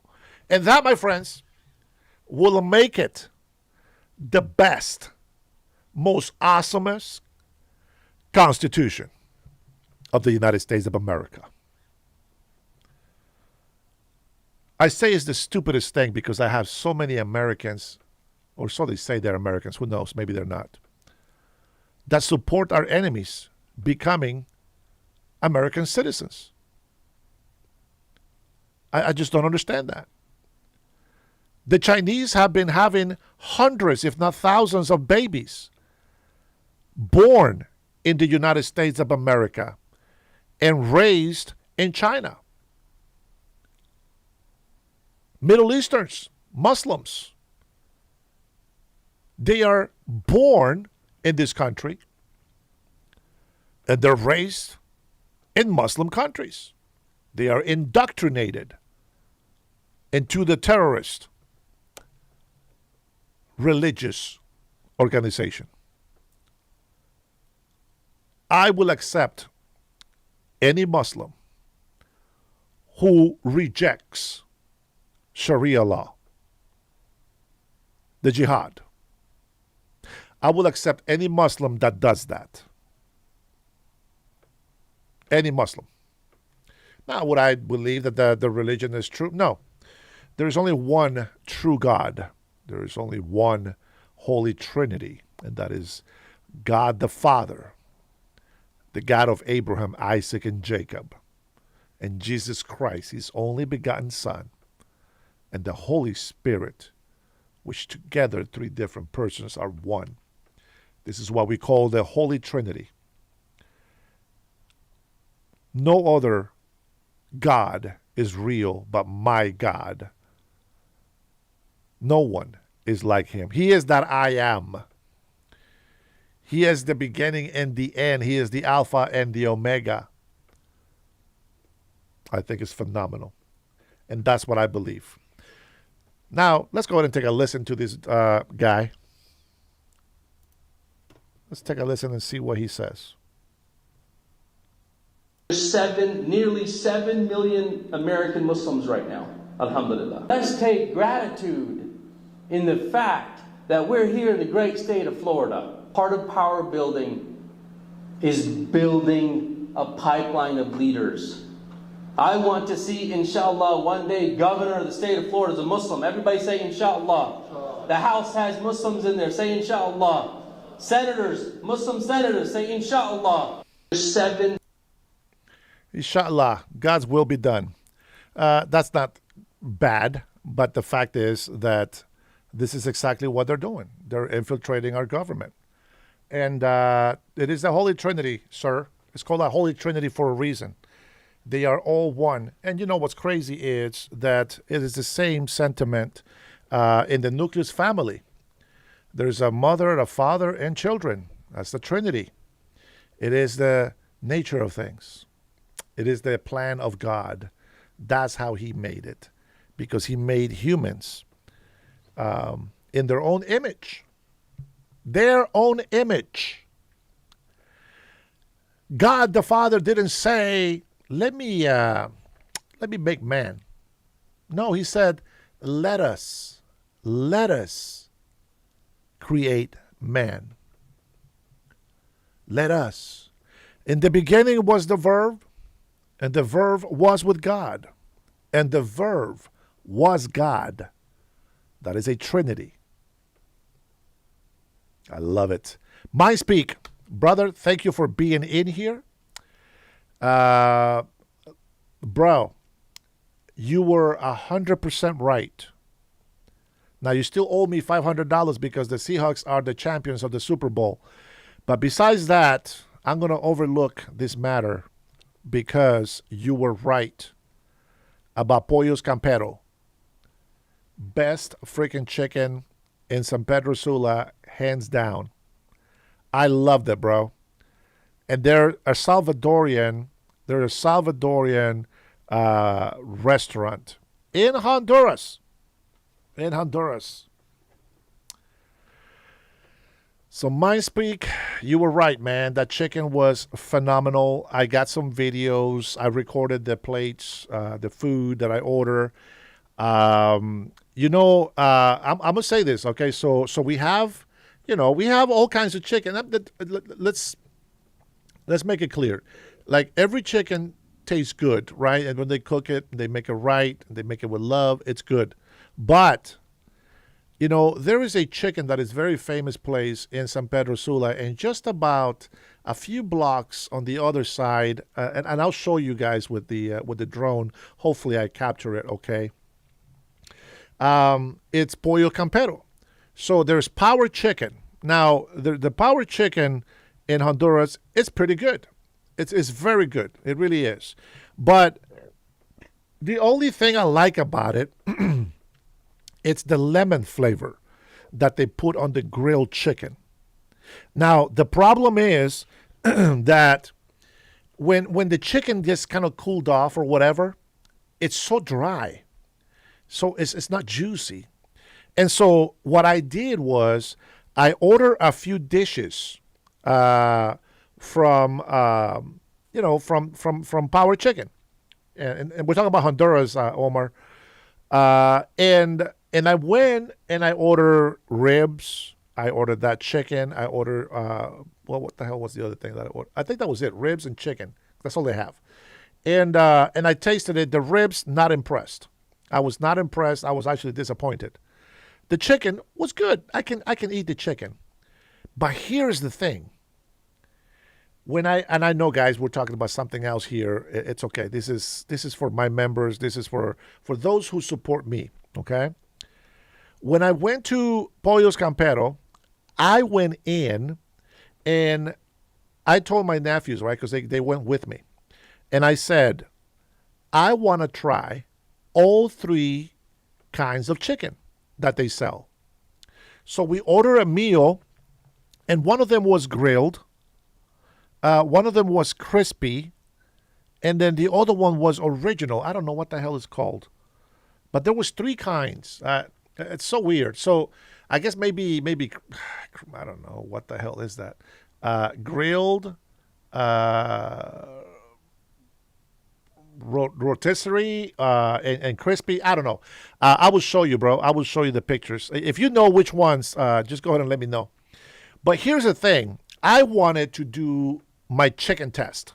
My chicken test, if it's going to be good chicken, it has to be moist and cooked all the way. So I grabbed the crispy first with the fork, and I took a piece, and I ate the crispy part of it. I like the spices that they put on there. I like the spices they put on there. I thought it tasted different than the other chicken, so I liked it. But the chicken, moist, nice and juicy. I loved it. And then I grabbed the other grilled chicken, and I'm thinking, okay, this is going to be the dry one because Power Chicken is very good and tastes good, but it's too dry for my taste, right? You can still enjoy it. It's okay. But when I took this one apart, it was juicy, and the flavor, big difference. And then I grabbed the other chicken. I cut the piece out. Flavor, man, phenomenal. Good spices, great smell, cooked all the way, all three kinds, cooked all the way. And when you spread the chicken, juicy. And I know, this guy, you're an idiot. You, sir, shut the hell up. No, it's not just add water. That's not it. You got to have the right temperature and the right timing for the chicken to be taste good and to stay juicy. There's other things, my friend, that you got to do in order for that to stay juicy besides adding water. Imagine adding water to your chicken and throwing it on a very hot oil pan. Tell me how that's going to work. Muffins were really good. Everything that I tasted was very good. And I can tell you, I wish that I could have gone live right there, but I didn't want to ruin the family time. And I really wanted to give you props. I thought about you. This is weird. I thought about you the whole time I was eating the chicken. I did, bro. I thought about you the whole time I was eating the chicken. And I was just like, damn, MindSpeak was right about everything. It really was. And so, let me see. Well, we tried, let me see, what else did we order? Okay, so the coleslaw. I'm a big fan of coleslaw. The coleslaw is the way that I like it. That's just my taste, my own personal taste. But the coleslaw was very good. Yeah, usually sounds gay. It does. But I thought about MindSpeak the whole time. Because he's been bragging and telling me, go to Pollos Campero, go to Pollos Campero. And honestly, in San Pedro Sula, that was the only one that I can find. So kudos to them. I hope that you guys enjoyed the video once I put it together. Man, you have no idea, bro. I got a lot of work because I had this project. So I had this plan. If you watch my lives, you saw some parts of Honduras. Some people were disrespectful. Other people understand. Some people loved it. Some people hate it.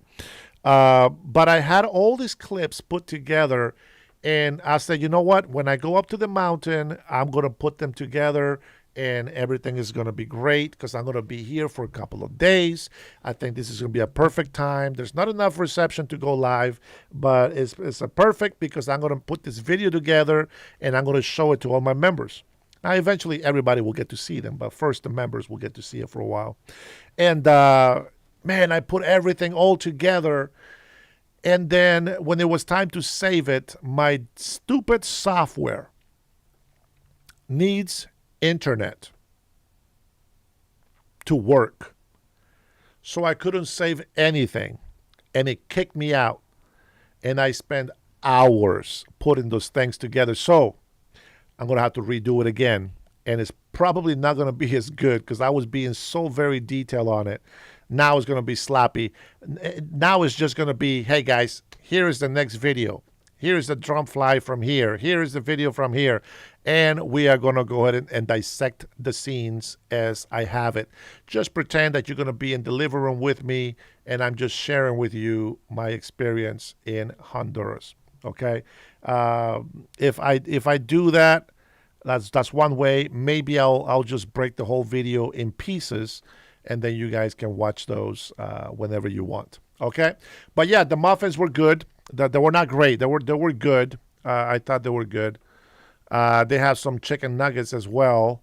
They were also very juicy. Man, it's just fantastic, bro. I definitely ended up going out of there, and I told my family, we are coming here. Every time I go to Honduras, I'm going to make it a mission. I am going to Pollos Campero. And to top it off, I had two experiences at Pollo Campero. The next time was with my brother because I went climbing this mountain in Honduras. Oh my God, dude! It's not climbing; it's walking, it's hiking, I guess. Man, but my legs still hurt. And I said, take me to Pollos Campero. I want to try something different. And so I ordered a different type of chicken, and I thought it was great. But here's the kicker: this is the icing on the cake. The first waiter that came and waited on us, okay? So polite, so attentive. He was like me when I was a server. I was always very, very nice to people, and that's just the way we are, And it's just like icing on the cake. We left him a very nice, hefty tip. And then when I went there again with my brother, it was a female server. And the same way, just friendly, very attentive. Would you like a refill on that soda? Would you like this? Do you need more napkins? And, I was just impressed. Not only was the food great, but man, the service was very good. Guys, I'm not sponsored by Pollos Campero, but I can tell you, it was a great experience all around. Now, will they ever make a mistake cooking their food? Probably. And at some point, they'll probably mess up. But for myself, personally, I had a great experience. And I can only say thank you, MindSpeak, for recommending the Salvadorian chicken restaurant. It really was very impressive. Let's see. Costco chicken has been $4.99 for 17 years. Let's see. MindSpeak, I'm glad you liked it. Sucks that all good things come to an end and very fast. But welcome back to our mess here at the States, bro. I'm happy to be here with y'all. I really am. I'm happy to be home in my little home studio and, putting my lights out and so much better to be able to show you guys the way that I want to show you instead of struggling with my finger and scrolling on the laptop. And it was such a pain. It was such a pain. Yes, when I went for lunch, I tried the grilled chicken sandwich.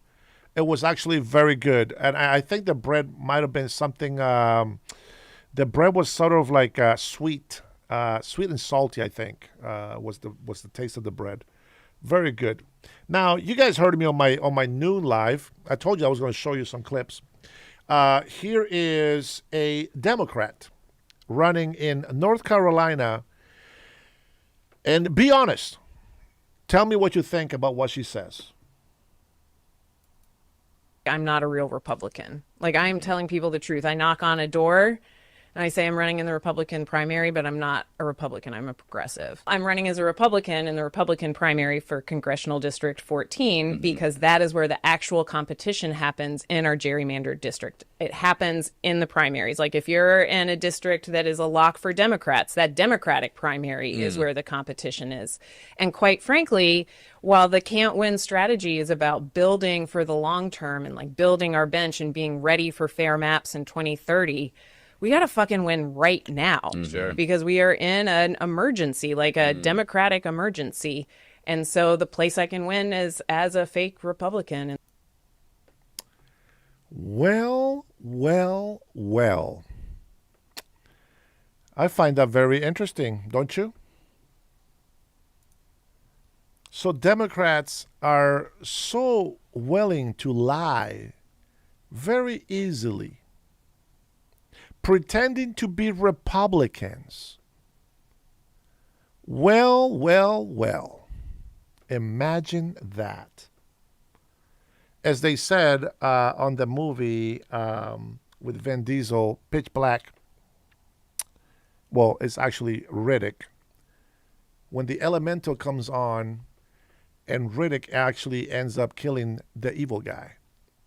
And she says, well, what would be the odds of that?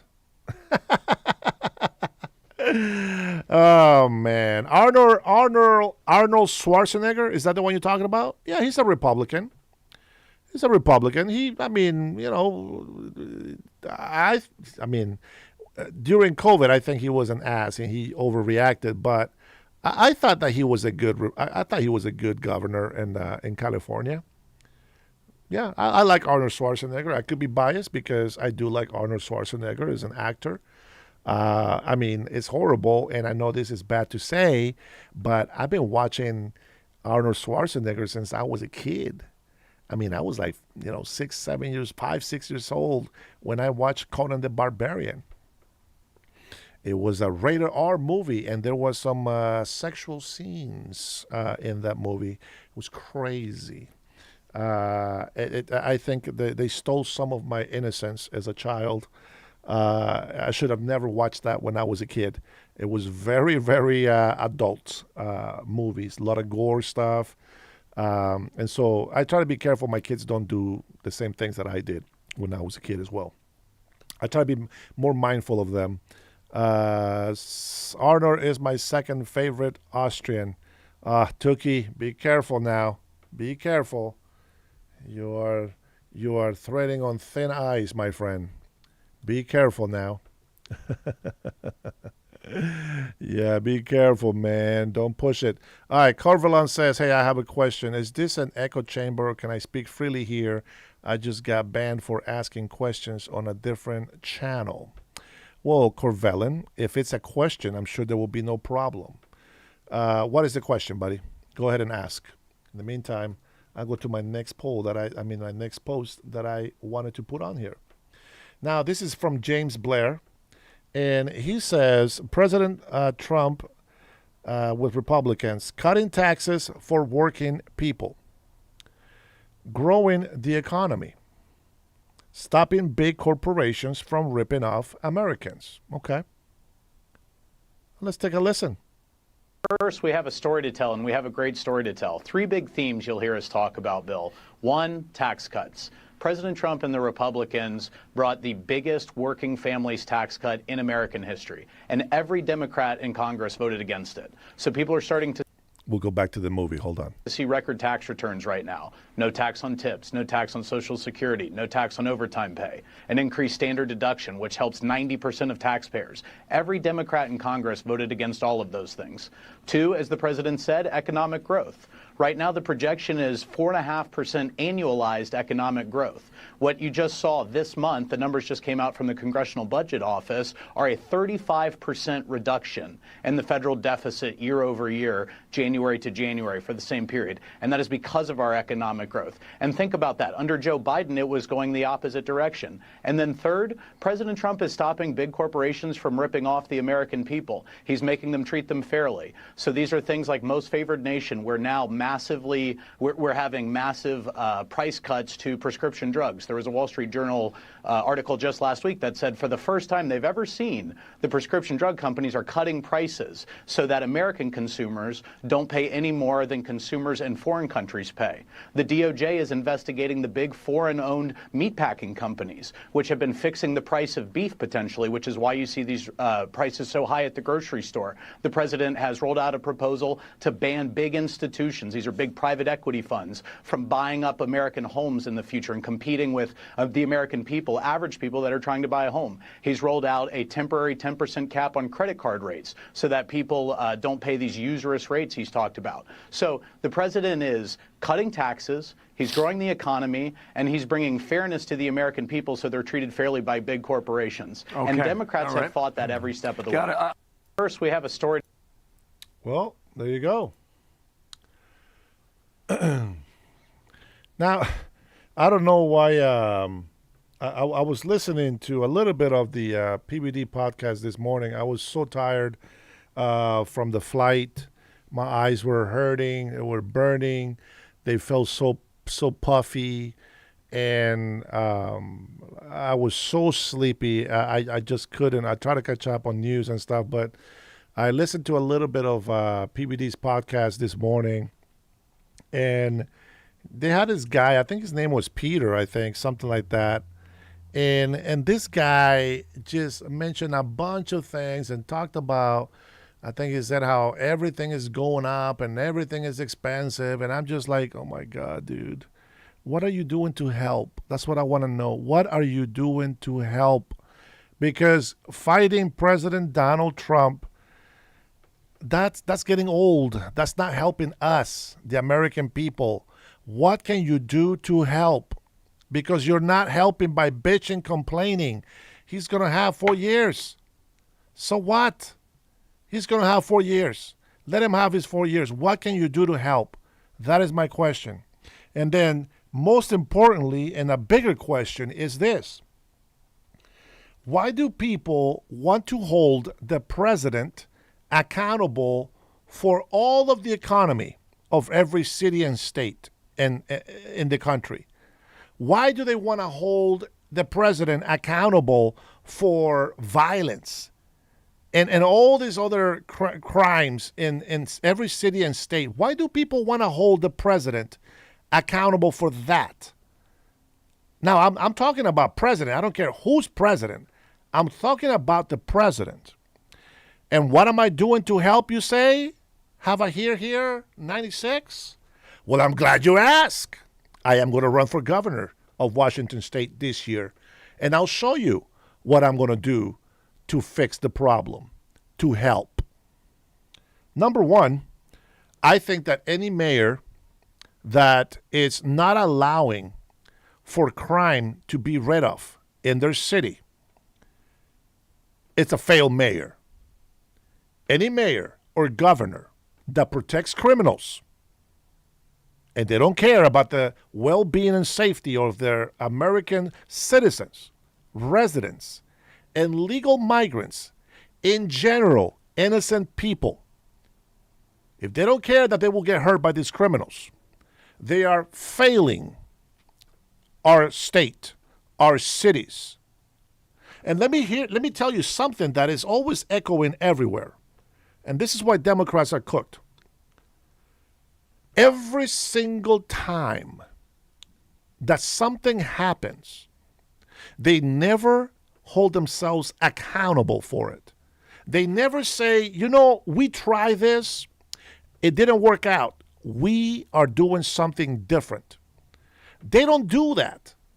They always say, it was Trump's fault. Yeah, that's it.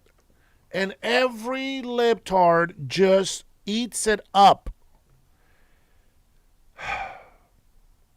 In all fairness, I believe that there has been election fraud in blue states and cities. So therefore, I am not going to say that Democrats are bad, because once a lot of us were Democrats. Even though, yes, they are the party of the KKK, but see, I don't care about a lot of the stuff. I care about what they're doing for us today, because we're not going to relive 100 years ago, 30 years ago, 50. It's too late. It's in the past. It's gone. We will vote for those who are going to take care of us today, who's going to do their job. So you ask why what I'm doing to help? Well, here we are, having this conversation.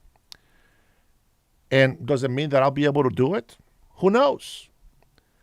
But if it's God's will, I will win. And I will show you how it gets done. So, number one, I don't care who the president is. I think that the governors and mayors should try to figure out how to work with federal government to bring success to their cities and states. A lot of red states have gotten the help. They've seen the results. They started making an example in Washington, D.C. There's the results. People say it's a lie. The crime didn't go down. Trump is lying. Liar, liar, liar, liar, they say. Trump is lying. Trump doesn't know what he's doing.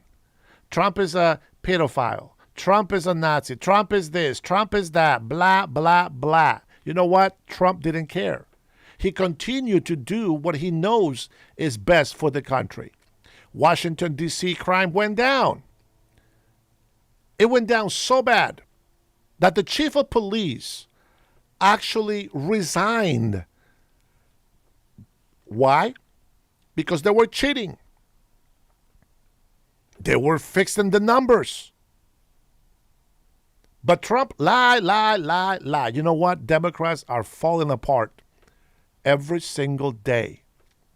They keep accusing President Trump for all of the stuff that they themselves are doing. And then they wonder why their cities and states are falling apart. What are you doing to help? Are you running for Congress? Are you running for office? Are you joining the city council? What are you doing to help your city and your state? I already gave you my answer. I'm paying $2,000 to put my name on the ballot. What are you doing? Huh? We have an agenda. We do. And we're going to show everybody what equality is all about. But until then, until I'm campaigning, that's how we're going to be talking from now. Let me see. This is immigration and housing prices are not uncorrelated. Let me take a look. I really like Scott Jenkins, man. He's Jennings. I think he's very awesome. I would ask if you know how much housing costs went up during the Biden years. It went up significantly, but why add to them by adding tariffs? They didn't go down in the last year. They're actually raising the cost by tariffs. You're talking about due to interest rates. You mean like buying a home? Is that what you're talking about? Yes, prices of housing went up 20, 30% during the 4 years that Joe Biden was in. Some of the arguments we're having about housing in the United States and how expensive it is, the bulk of it came while Biden was president. What Scott Besson is saying is objectively true. We do have a housing shortage in this country. So we already have too few domiciles for the people who are here. His point was simply that if you put 10 or 20 million new people into the pool, whether they're illegal or not, that is going to increase competition for the already short supply of housing. If you already have a shortage of something, and you add 20 million people who are trying to get that something, I guess what necessarily I'm asking for, you're going to have a problem. I guess what I'm asking for is actual proof of that being. There's no correlation between the economic increases. Principles. But I think if you have more people I'm trying to buy fewer commodities. Listen, I'm asking you, is there proof that what you are saying actually happened? Because the immigrants came, but no. The prices were what they were. Is there proof that that actually happened? Scott is actually right on the 50,000 point view. I think 50,000 foot view. Well. I think I had a 30-year, what did he call himself? A 30-year economist, experienced economist. And I said this a few months back. And I said illegal immigration is going to raise the cost of living. People say, no, that's not how the economy works. That's not blah, blah, blah. You know what? I don't care what anybody says. When you have common sense, you have common sense. And if you don't have common sense, well, my friends, there's only so little that I can do to help you. I've been saying this, and I'm giving the example of something so simple that people should know how to deal with. By now, you would think that they know, but apparently they don't, because they keep doing the same mistakes and they keep defending the wrong people over and over and over. And I said, high demand will always bring high prices when there is low availability. That's exactly what happens. You know, you have an inflation that happens every year. How many immigrants come into this country? There is a limit yearly of how many people can come into this country. There's a limit under 1 million. And then you have this formula of how many children our American families and residents are going to have. And people don't listen. And so when you have illegal immigration, when you open the gates and you have all these millions of people coming into our country, they're going to go, as is most often happens, they will go to the states where they feel that financial freedom and benefits will be best for them.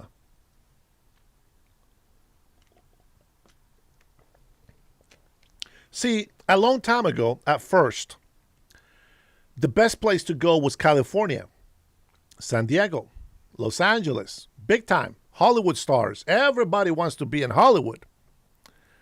And well, people have been abusing that.